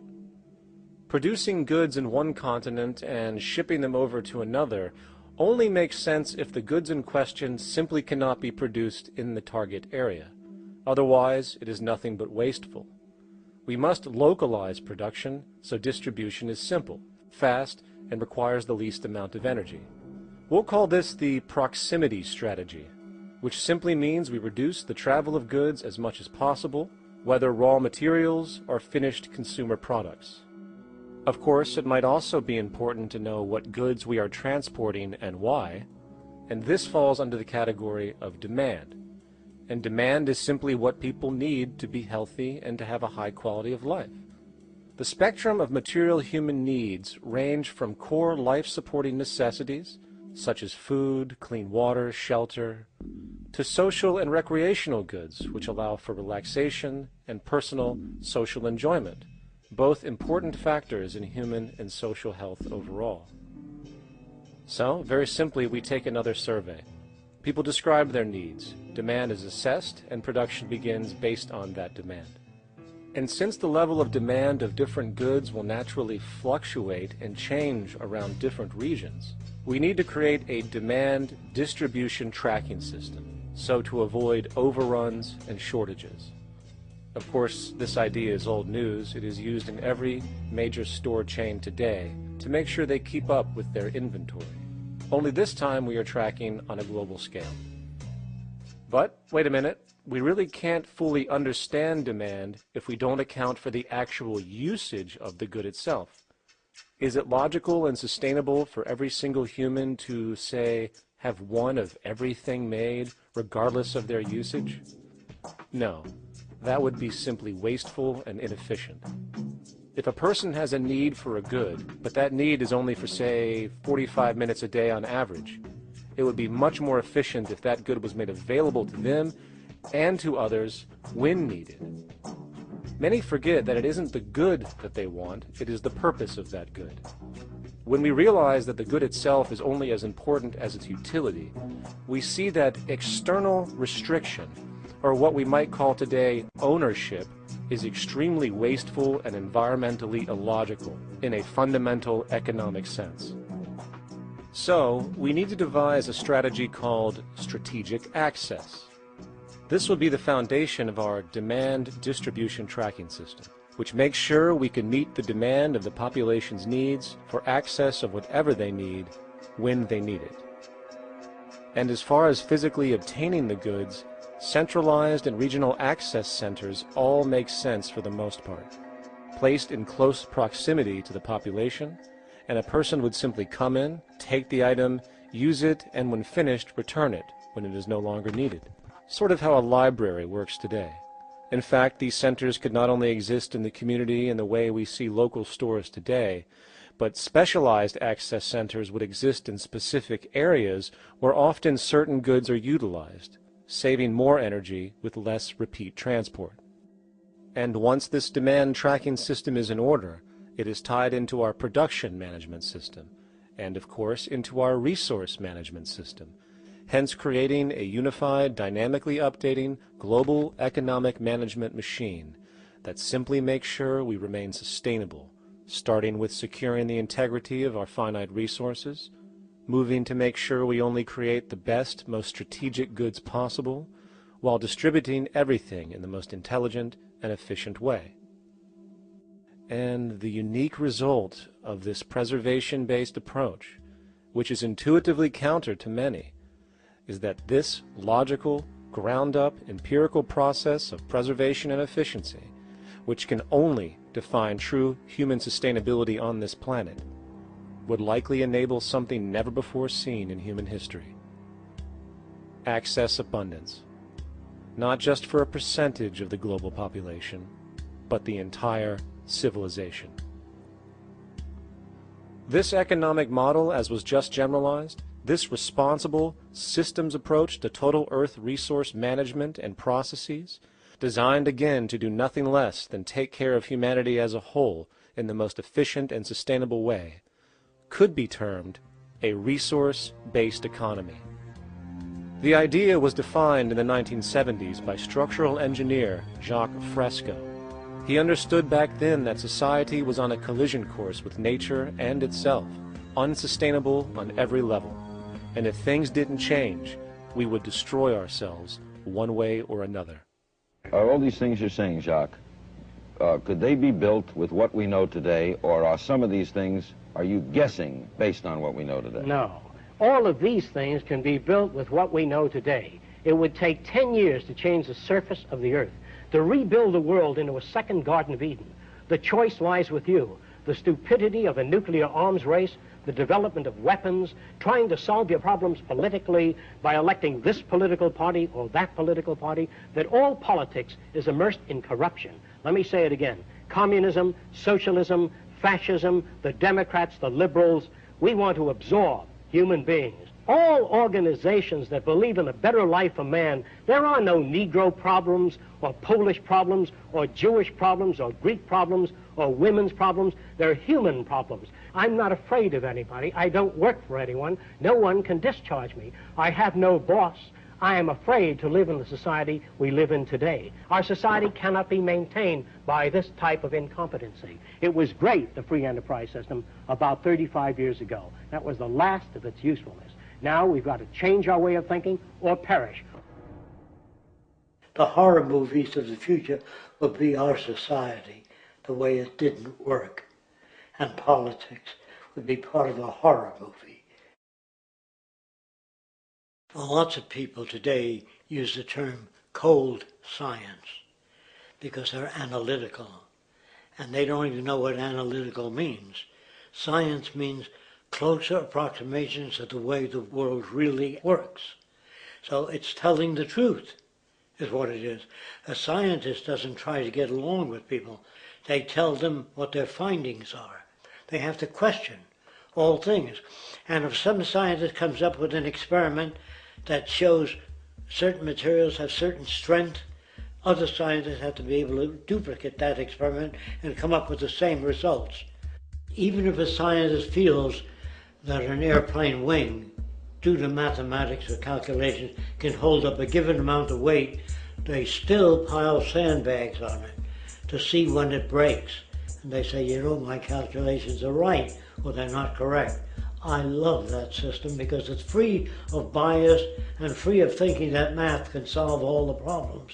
You have to put your math to test also. I think that every system that can be put to test should be put to test, and that all decisions should be based upon research. A resource-based economy is simply the scientific method applied to social concern, an approach utterly absent in the world today. Society is a technical invention, and the most efficient methods of optimized human health, physical production, distribution, city infrastructure, and the like reside in the field of science and technology, not politics or monetary economics. It operates in the same systematic way as, say, an airplane, and there is no Republican or liberal way to build an airplane. Likewise, nature itself is the physical referent we use to prove our science, and it is a set system, emerging only from our increased understanding of it. In fact, it has no regard for what you subjectively think or believe to be true. Rather, it gives you an option. You can learn and fall in line with its natural laws and conduct yourself accordingly, invariably creating good health and sustainability, or you can go against the current to no avail. It doesn't matter how much you believe you can just stand up right now and walk on the wall next to you. The law of gravity will not allow it. If you do not eat, you will die. If you are not touched as an infant, you will die. As harsh as it may sound, nature is a dictatorship, and we can either listen to it and come in harmony with it, or suffer the inevitable adverse consequences. So, a resource-based economy is nothing more than a set of proven, life-supporting understandings where all decisions are based upon optimized human and environmental sustainability. It takes into account the empirical life ground, which every human being shares as a need, regardless, again, of their political or religious philosophy. There is no cultural relativism to this approach. It isn't a matter of opinion. Human needs are human needs, and having access to the necessities of life, such as clean air, nutritious food, and clean water, along with a positively reinforcing, stable, nurturing, and non-violent environment, is demanded for our mental and physical health, our evolutionary fitness, and hence the species' survival itself. A resource-based economy would be based upon available resources. You can't just bring a lot of people to an island or build a city of 50,000 people without having access to the necessities of life. So When I use the term a comprehensive systems approach, I'm talking about doing an inventory of the area first and determining what that area can supply, not just architectural approach, not just design approach, but design must be based on all of the requirements to enhance human life. And that's what I mean by an integrated way of thinking. Food, clothing, shelter, warmth, love, all those things are necessary. If you deprive people of any of them, you have a lesser human being, less capable of functioning. As previously outlined, a resource-based economy's ground-up, global, systems approach to extraction, production, and distribution is based upon a set of true economic mechanisms, or strategies, which guarantee efficiency and sustainability in every area of the economy. So, continuing this train of thought regarding logical design, what is next in our equation? Where does all this materialize? Cities. The advent of the city is a defining feature of modern civilization. Its role is to enable efficient access to the necessities of life, along with increased social support and community interaction. So how would we go about designing an ideal city? What shape should we make it? Square? Trapezoid? Well, given we're going to be moving around the thing, we might as well make it as equidistant as possible for ease, hence the circle. What should the city contain? Well, naturally we need a residential area, a goods production area, a power generation area, an agricultural area. But we also need nurturing as human beings, hence culture, nature, recreation, and education. So let's include a nice open park, an entertainment events area for cultural purposes and socializing, and educational and research facilities. And since we're working with a circle, it seems rational to place these functions in belts based on the amount of land required for each goal, along with ease of access. Very good. Now, let's get down to specifics. First, we need to consider the core infrastructure, or intestines, of the city organism. These would be the water, good, waste, and energy transport channels. Just as we have water and sewage systems under our cities today, we would extend this channeling concept to integrate waste recycling and delivery itself. No more mailmen or garbage men. It is built right in. We could even use automated pneumatic tubes and similar technologies. Same goes for transport. It needs to be integrated and strategically designed to reduce or even remove the need for wasteful, independent automobiles. Electric trams, conveyors, transveyors, and maglevs, which can take you virtually anywhere in the city, even up and down, along with connecting you to other cities as well. And of course, in the event an automobile is required, it is automated by satellite for safety and integrity. In fact, this automation technology is in working order right now. Automobile accidents kill about 1.2 million people every single year, injuring about 50 million. This is absurd and doesn't have to occur. Between efficient city design and automated driverless cars, this death toll can be virtually eliminated. Agriculture.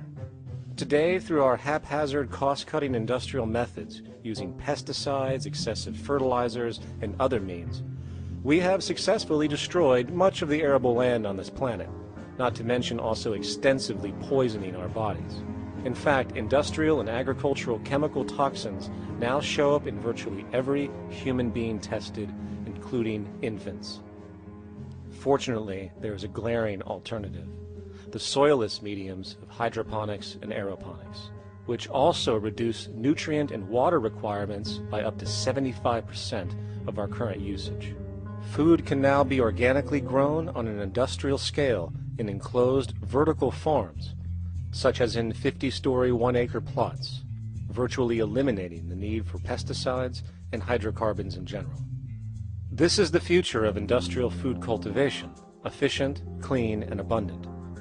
So, such advanced systems would be, in part, what comprise our agricultural belt, producing all the food required for the entire city's population, with no need to import anything from the outside, saving time, waste, and energy.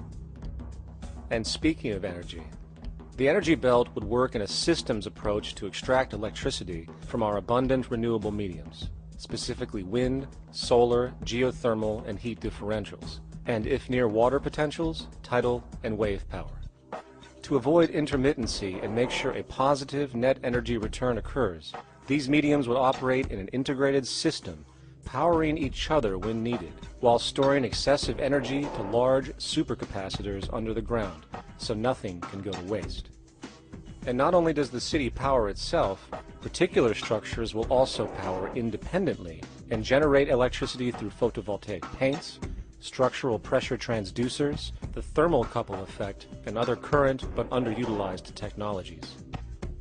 But of course, this begs the question, how does this technology and goods in general get created in the first place? This brings us to production.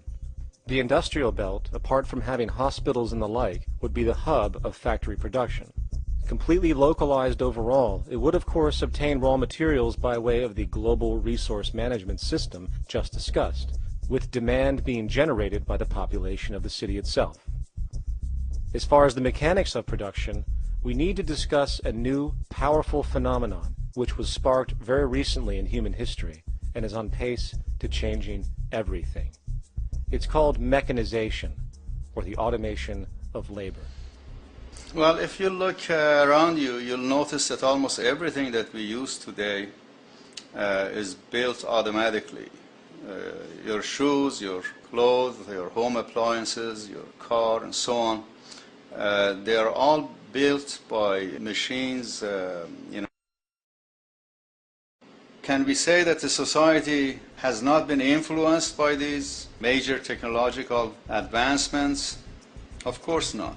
These systems really dictate new structures and new needs, and they make a lot of other things obsolete. So we've been going up in the development and use of technology in an exponential way. So definitely automation is going to continue. You cannot stop technologies that just make sense. Labor automation through technology is at the bottom of every major social transformation in human history. From the agricultural revolution and the invention of the plow, to the industrial revolution and the invention of the powered machine, to the information age we live in now through essentially the invention of advanced electronics and computers. And with regard to advanced production methods today, mechanization is now evolving on its own, moving away from the traditional method of assembling component parts into a configuration into an advanced method of creating entire products in one single process. Like most engineers, I'm fascinated by biology because it's so full of examples of extraordinary pieces of engineering. And absolutely, what biology is the study of things that copy themselves. Of course, that's good a definition of life as we've got. Again, as an engineer, I've always been intrigued by the idea of machines that would copy themselves. RepRap is a three-dimensional printer. That's to say, it's a printer that you plug into a computer, and instead of making two-dimensional sheets of paper with patterns on, it makes real, physical, three-dimensional objects. Now, there's nothing new about that. 3D printers have been around for about 30 years. Big thing about RepRap is that it prints most of its own parts. So if you've got one, you can make another one and give it to a friend, as well as being able to print lots of useful things. From the simple printing of basic household goods in your home, to the printing of an entire automobile body in one swoop, advanced automated 3D printing now has the potential to transform virtually every field of production, including home construction. Contour crafting is actually a fabrication technology. The so-called 3D printing, when you directly build a 3D object from a computer model. Using contour crafting, it will be possible to build a 2,000 square foot home entirely by the machine in one day. The reason that people are interested in automating construction is that it really brings a lot of benefits. For example, construction is pretty labor intensive, and although it provides job for a sector of the society, it also has issues and complications. For example, construction is the most dangerous job that there is. It is worse than mining and agriculture. It has got the highest level of fatality almost in every country. Another issue is the waste. An average home in the United States has 3 to 7 tons of waste. So this is huge if we look at the impact of construction and knowing that about 40% of all materials in the world are used in construction. So big waste of energy and resources and big damage to the environment as well. Making homes using hammers and nails and wood with the state of our technology today is really absurd and will go the way of our labor class in regards to manufacturing in the United States. Recently, there was a study by economist David Autor of MIT that states that our middle class is obsolete and being replaced by automation. Quite simply, mechanization is more productive, efficient, and sustainable than human labor in virtually every sector of the economy today. Machines do not need vacations, breaks, insurance, pensions, and they can work 24 hours a day every day. The output potential and accuracy compared to human labor is unmatched.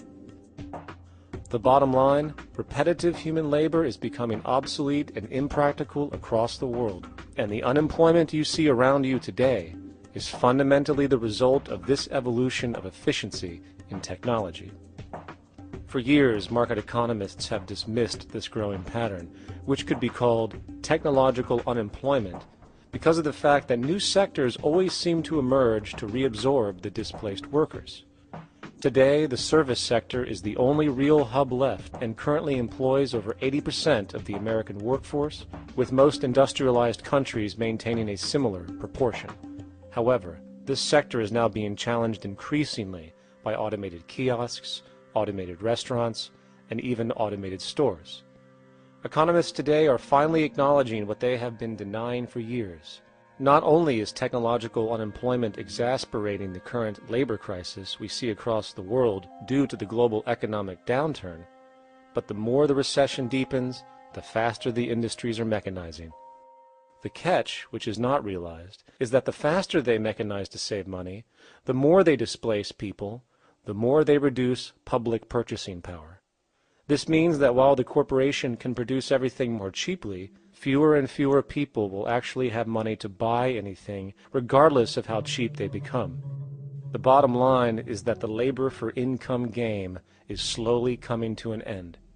In fact, if you take a moment to reflect on the jobs which are in existence today, which automation could take over right now if applied, 75% of the global workforce could be replaced by mechanization tomorrow. And this is why, in a resource-based economy, there is no monetary market system, no money at all, for there is no need. A resource-based economy recognizes the efficiency of mechanization and accepts it for what it offers.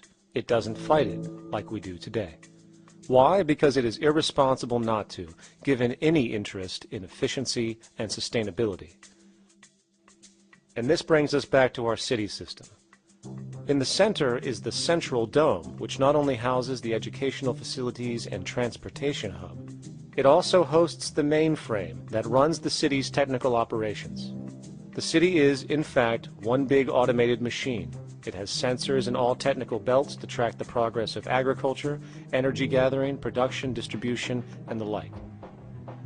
Now, would people be needed to oversee these operations in the event of a malfunction or the like? Most probably yes, but that number would decrease over time as improvements continue. However, as of today, maybe 3% of the city population would be needed for this job when you break it down.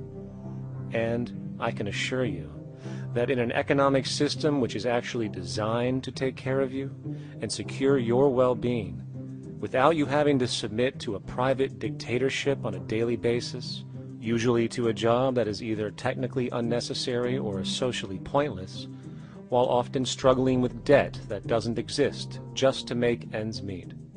I guarantee you people will volunteer their time left and right to maintain and improve a system that actually takes care of them. And coupled with this issue of incentive comes the common assumption that if there isn't some external pressure for one to work for a living, people will just sit around, do nothing, and turn into fat, lazy blobs. This is nonsense. The labor system we have today is in fact the generator of laziness, not a resolver of it. If you think back to when you were a child, full of life, interested in new things to understand, likely creating and exploring, but as time went on, the system pushed you into the focus of figuring out how to make money. And from early education to study at a university, you are narrowed, only to emerge as a creature which serves as a cog in a wheel in a model that sends all the fruits to the upper 1%. Scientific studies have now shown that people are, in fact, not motivated by monetary reward when it comes to ingenuity and creation. The creation itself is the reward. Money, in fact, appears only to serve as an incentive for repetitive, mundane actions, a role we have just now shown can be replaced by machine. So when it comes to innovation, the actual use of the human mind, the monetary incentive has proven to be a hindrance, interfering and detracting from creative thought. And this might explain why Nikola Tesla, the Wright brothers, and other inventors who contributed massively to our current world never showed a monetary incentive to do so. Money is, in fact, a false incentive and causes 100 times more distortion than it does contribution. Good morning, class. Please settle down. The first thing I would like to do is go around the room and ask what everyone would like to be when they grow up. Who would like to go first? Okay, how about you, Sarah? When I grow up, I want to work at McDonald's like my mom. Oh, family tradition, eh? How about you, Linda? When I grow up, I'm going to be a prostitute on the streets of New York City. Oh, glamour girl, huh? Very ambitious. How about you, Tommy? When I grow up, I'm going to be a rich, elitist businessman who works on Wall Street and profits off of the collapse of foreign economies. Enterprising, and great to see some multicultural interest. As stated before, a resource-based economy applies the scientific method to social concern, and this isn't limited to simply technical efficiency. It also has the consideration of human and social well-being directly and what comprises it. What good is a social system if, in the end, it doesn't produce happiness and peaceful coexistence? So it is important to point out that with the removal of the money system and the necessities of life provided, we would see a global reduction in crime by about 95% almost immediately, for there is nothing to steal, embezzle, scam, or the like. 95% of all people in prisons today are there due to some monetary-related crime or drug abuse, and drug abuse is a disorder, not a crime. So what about the other 5%, the truly violent, often seeming to some as being violent for the sake of being violent? Are they just evil people? The reason that I frankly think it's a waste of time to engage in moral value judgments about people's violence is because it doesn't advance by one iota our understanding of either the causes or the prevention of the violent behavior. People sometimes ask if I believe in forgiving criminals. My answer to that is, no, I don't believe in forgiveness any more than I believe in condemnation. It's only if we as a society can take the same attitude of treating violence as a problem in public health and preventive medicine rather than as a moral evil. It's only when we make that change in our own attitudes and assumptions and values that we will actually succeed in reducing the level of violence rather than stimulating it, which is what we do now. The more justice you seek, the more hurt you become, because there's no such thing as justice. There is whatever there is out there. That's it. In other words, if people are conditioned to be racist bigots, if they're brought up in an environment that advocates that, why do you blame the person for it? They're a victim of a subculture. Therefore, they have to be helped. The point is, we have to redesign the environment that produces aberrant behavior. That's the problem, not putting a person in jail. That's why judges, lawyers, freedom of choice, such concepts are dangerous, because it gives you misinformation that the person is bad or that person is a serial killer. Serial killers are made, just like soldiers become serial killers with a machine gun. They become killing machines, but nobody looks at them as murderers or assassins, because that's natural. So we blame people. We say, well, this guy was a Nazi, he tortured Jews. No, he was brought up to torture Jews. Once you accept the fact that people have individual choices and they're free to make those choices, free to make choices means without being influenced. And I can't understand that at all. All of us are influenced in all our choices by the culture we live in, by our parents, and by the values that dominate. So we're influenced. So there can't be free choices. What's the greatest country in the world? The true answer, I haven't been all over the world, and I don't know enough about different cultures to answer that question. I don't know anybody that speaks that way. They say, good old USA, the greatest country in the world. There's no survey. Have you been to India? No. Have you been to England? No. Have you been to France? No. What do you make your assumptions on? They can't answer. They get mad at you. They say, well, goddamn it, who the hell are you to tell me what to think? You know, don't forget, you're dealing with aberrated people. They're not responsible for their answers. They're victims of culture. That means they've been influenced by their culture.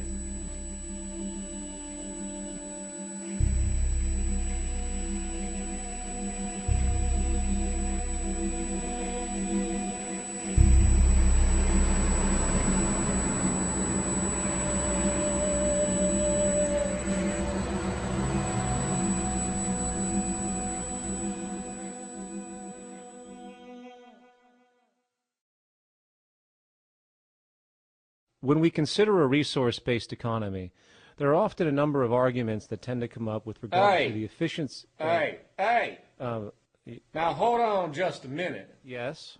I know what this is. This is called Marxism, buddy. Stalin killed 800 billion people because of ideas like this. My father died in the gulag. Hold on. Communist, fascist. You don't like America, you should just leave. Right, everybody just calm down. Death to the New World Order. Death to the New World Order. And as the irrationality of the audience grew, shocked and confused, suddenly the narrator suffered a fatal heart attack. And the seemingly communist propaganda film was no more.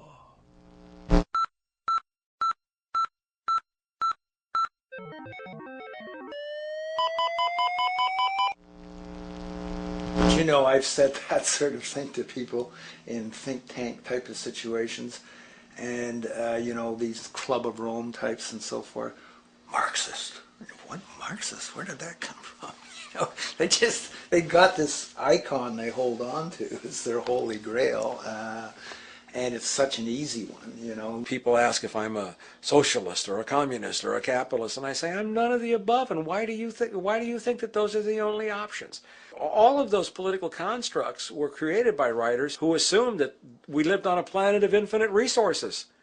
Not a one of those political philosophies even contemplates that there might be a shortage of anything. I believe that communism, socialism, free enterprise, fascism are part of social evolution, that you can't take a giant step from one culture to another, but they're in-between systems. Before there's any ism, we've got a life ground, and the life ground is, as I just described most easily, it's all the conditions required to take your next breath, and that involves the air you breathe, the water you get, the safety you have, the education you can access, all these things that we share and use and that no life in any culture can do without. So we've got to reset down to the life ground, and the life ground is no longer any ism. It's life value analysis. It's simply a matter of historical fact that the dominant intellectual culture of any particular society reflects the interest of the dominant group in that society. In a slave-owning society, the beliefs about human beings and human rights and so on will reflect the needs of the slave owners.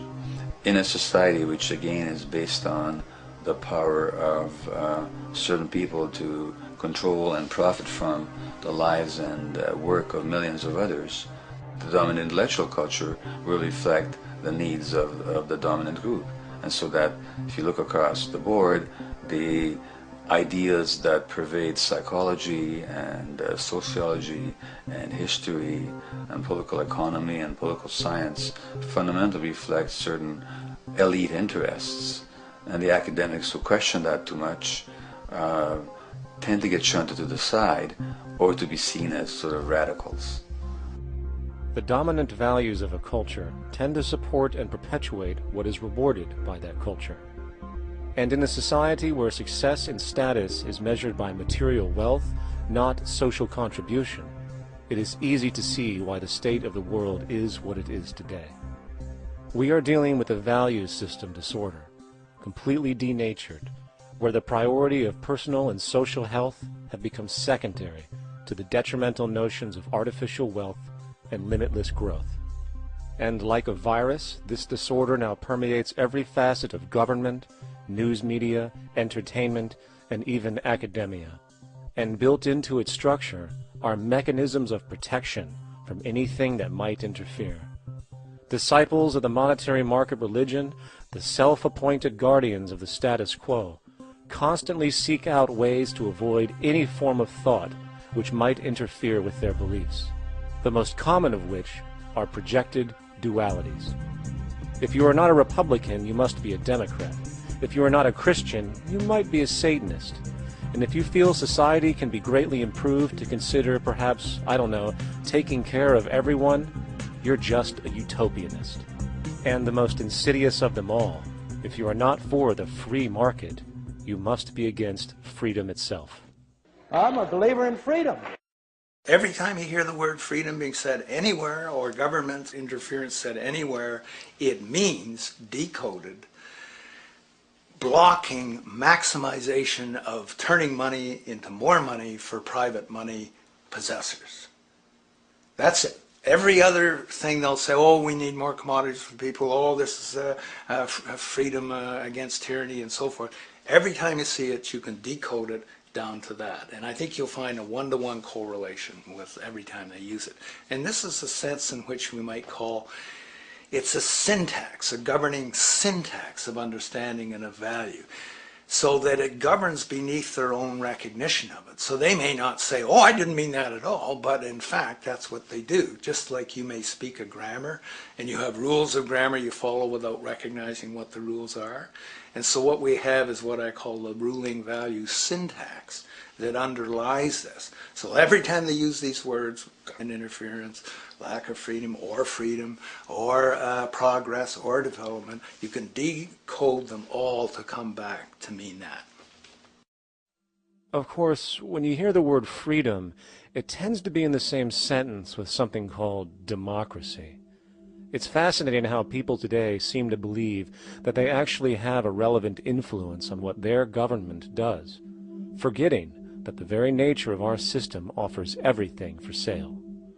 The only vote that counts is the monetary vote, and it doesn't matter how much any activist yells about ethics or accountability. In a market system, every politician, every legislation, and hence every government is for sale.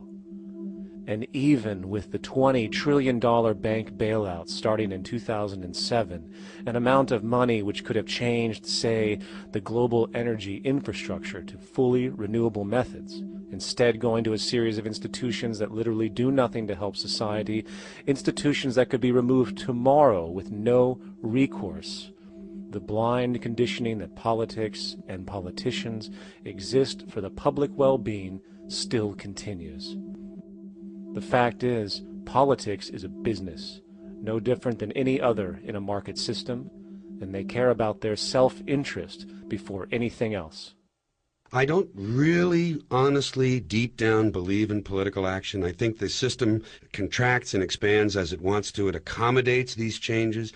I think the civil rights movement was an accommodation on the part of those who own the country. I think they see where their self-interest lies. They see a certain amount of freedom seems good, an illusion of liberty. Give these people a voting day every year so that they'll have the illusion of meaningless choice. Meaningless choice that we go like slaves and say, "Joe, I voted." The limits of debate in this country are established before the debate even begins, and everyone else is marginalized. They're made to seem either to be communists or some sort of disloyal person, a kook, there's a word, and now it's conspiracy. Say, they've made that something that should not be even entertained for a minute, that powerful people might get together and have a plan. Doesn't happen. You're a kook. You're a conspiracy buff. And of all the mechanisms of defense of this system, there are two that repeatedly come up. The first is this idea that the system has been the cause of the material progress we have seen on this planet. Well, no. There are basically two root causes which have created the increased so-called wealth and population growth we see today. One, the exponential advancement of production technology, hence scientific ingenuity. And two, the initial discovery of abundant hydrocarbon energy, which is currently the foundation of the entire socioeconomic system. The free market, capitalist, monetary market system, whatever you want to call it, has done nothing but ride the wave of these advents with a distorted incentive system and a haphazard, grossly unequal method of utilizing and distributing those fruits.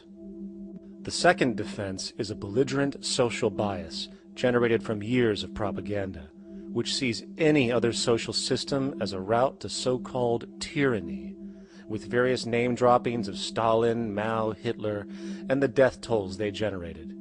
Well, as despotic as these men might have been, along with the societal approaches they perpetuated, when it comes to the game of death, when it comes to the systematic daily mass murder of human beings, nothing in history compares to what we have today. Famines throughout at least the last century of our history have not been caused by a lack of food. They've been caused by relative poverty. The economic resources were so inequitably distributed that the poor simply didn't have enough money with which to buy the food that would have been available if they could have afforded to pay for it. That would be an example of structural violence. Another example, in Africa and some other areas, but I'll particularly focus on Africa, tens of millions of people are dying of AIDS. Why are they dying? It's not because we don't know how to treat AIDS. We have, millions of people in the wealthy countries are getting along remarkably well because they have the medicines that will treat it. The people in Africa who are dying of AIDS are not dying because of the HIV virus. They're dying because they don't have the money with which to pay for the drugs that would keep them alive. Gandhi saw this. He said the deadliest form of violence is poverty. And that's absolutely right. Poverty kills far more people than all the wars in history, more people than all the murderers in history, more than all the suicides in history. Not only does structural violence kill more people than all the behavioral violence put together, structural violence is also the main cause of behavioral violence.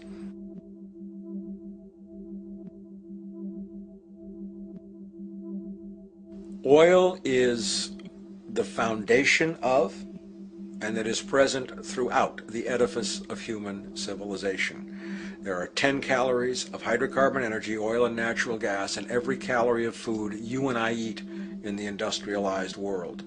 Fertilizers are made from natural gas. Pesticides are made from oil. You drive oil-powered machines to plant, plow, irrigate, harvest, transport, package. You wrap the food in plastic, that's oil. All plastic is oil. There are 7 gallons of oil in every tire. Oil is everywhere. It's ubiquitous. And it's only because of oil that there are 7 billion people, or almost 7 billion people on this planet right now.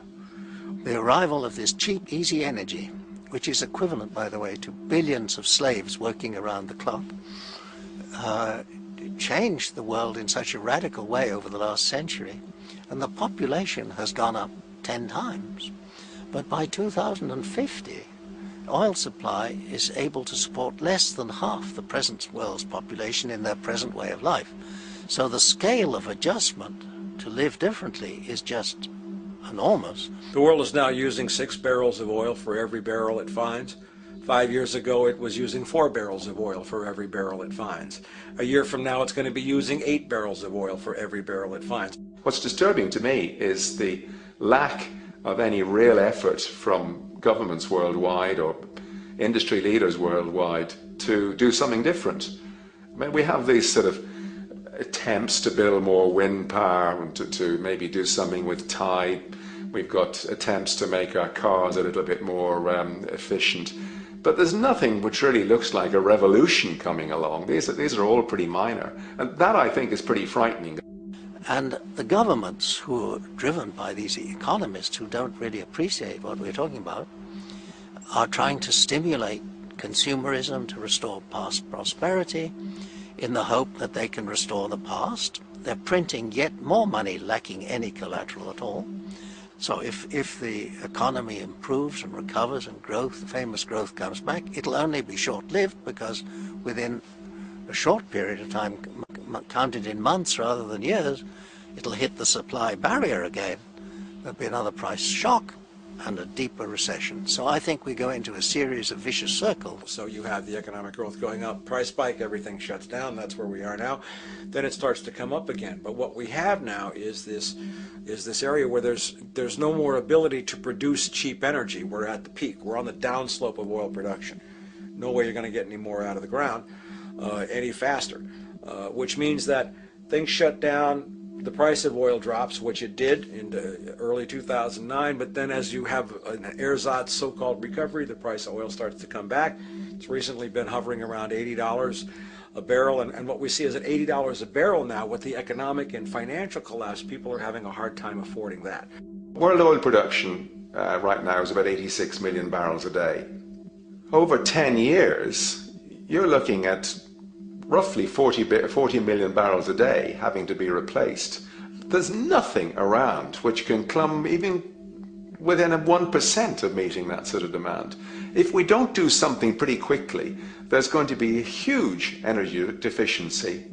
I think the big mistake is in not recognizing a decade or so ago that a concerted effort needed to be made to develop these sustainable forms of energy. I think that's something our grandchildren will look back on with total disbelief. You people knew that you were dealing with a finite commodity. How could you possibly have built your economy around something which was going to disappear? For the first time in human history, the species is now faced with the depletion of a core resource central to our current system of survival. And the punchline of the whole thing is that even with oil becoming more and more scarce, the economic system will still blindly push its cancerous growth model, so people can go out and buy more oil-powered cars to generate GDP and jobs, exacerbating the decline. Are there solutions to replace the edifice of the hydrocarbon economy? Of course. But the path needed to accomplish these changes will not manifest through the market system protocols required, since new solutions can only be implemented through the profit mechanism. People are not investing in renewable energies because there is no money in it in both the long and short term, and the commitment needed to make it happen can only occur at a severe financial loss. Hence, there is no monetary incentive, and in this system, if there's no monetary incentive, things do not happen. And on top of it all, peak oil is just one of many surfacing consequences of the environmental social train wreck gaining speed today. Other declines include freshwater, the very fabric of our existence, which is currently showing shortages for 2.8 billion people, and those shortages are on pace to reach 4 billion by 2030. Food production, the destruction of arable cropland, from which 99.7% of all human food comes from today, is occurring up to 40 times faster than it is being replenished. And over the last 40 years, 30% of the arable land has become unproductive. not to mention that hydrocarbons are the backbone of agriculture today, and as it declines, so will the food supply.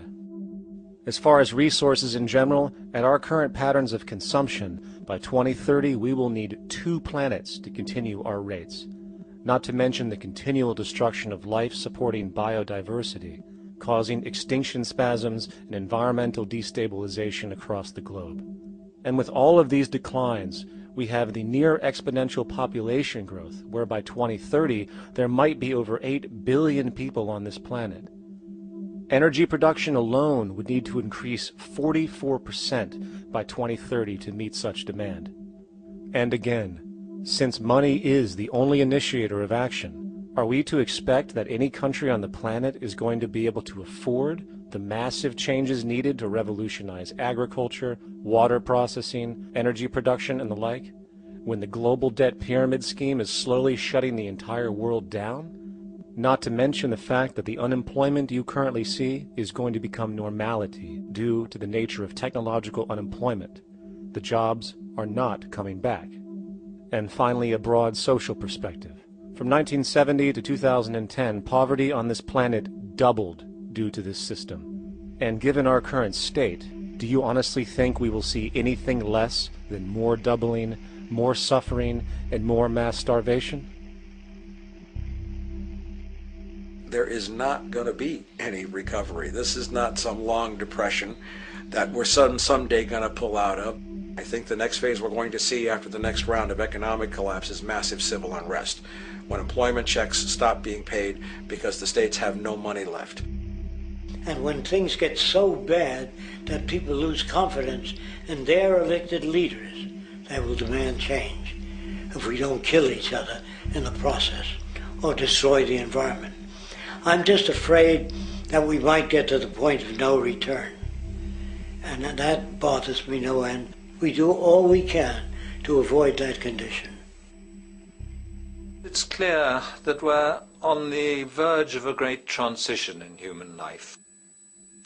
What we face now is this fundamental change of the life we've known over the last century. There has to be a link between the economy and the resources of this planet, the resources being, of course, all animal and plant life, the health of the oceans and everything else. This is a monetary paradigm that will not let go until it's killed the last human being. The in-group will do all it can to stay in power. And that's what you got to keep in mind. They'll use the Army and Navy and lies or whatever they have to use to keep in power. They're not about to give it up because they don't know of any other system that will perpetuate their kind.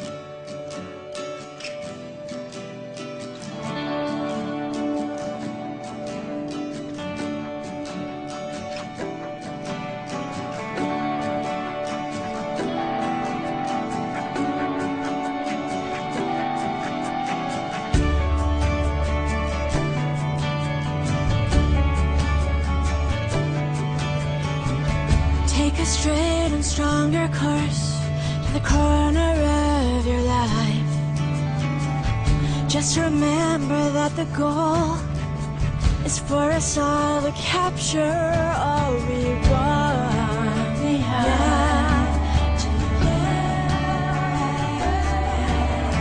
Don't surround yourself with yourself.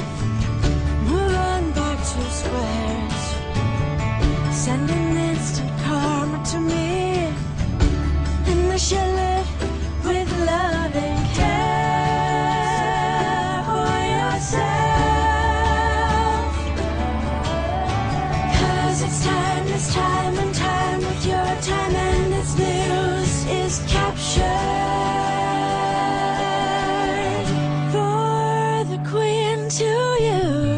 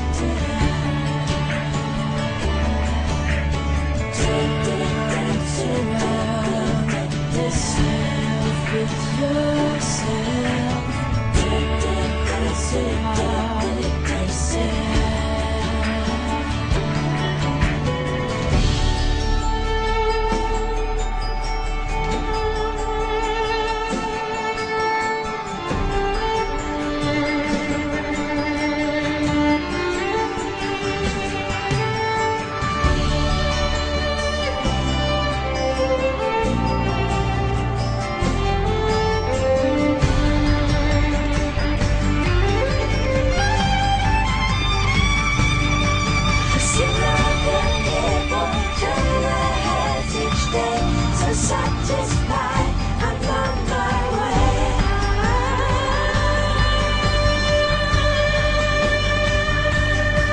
I see other people turn their heads each day, so satisfied.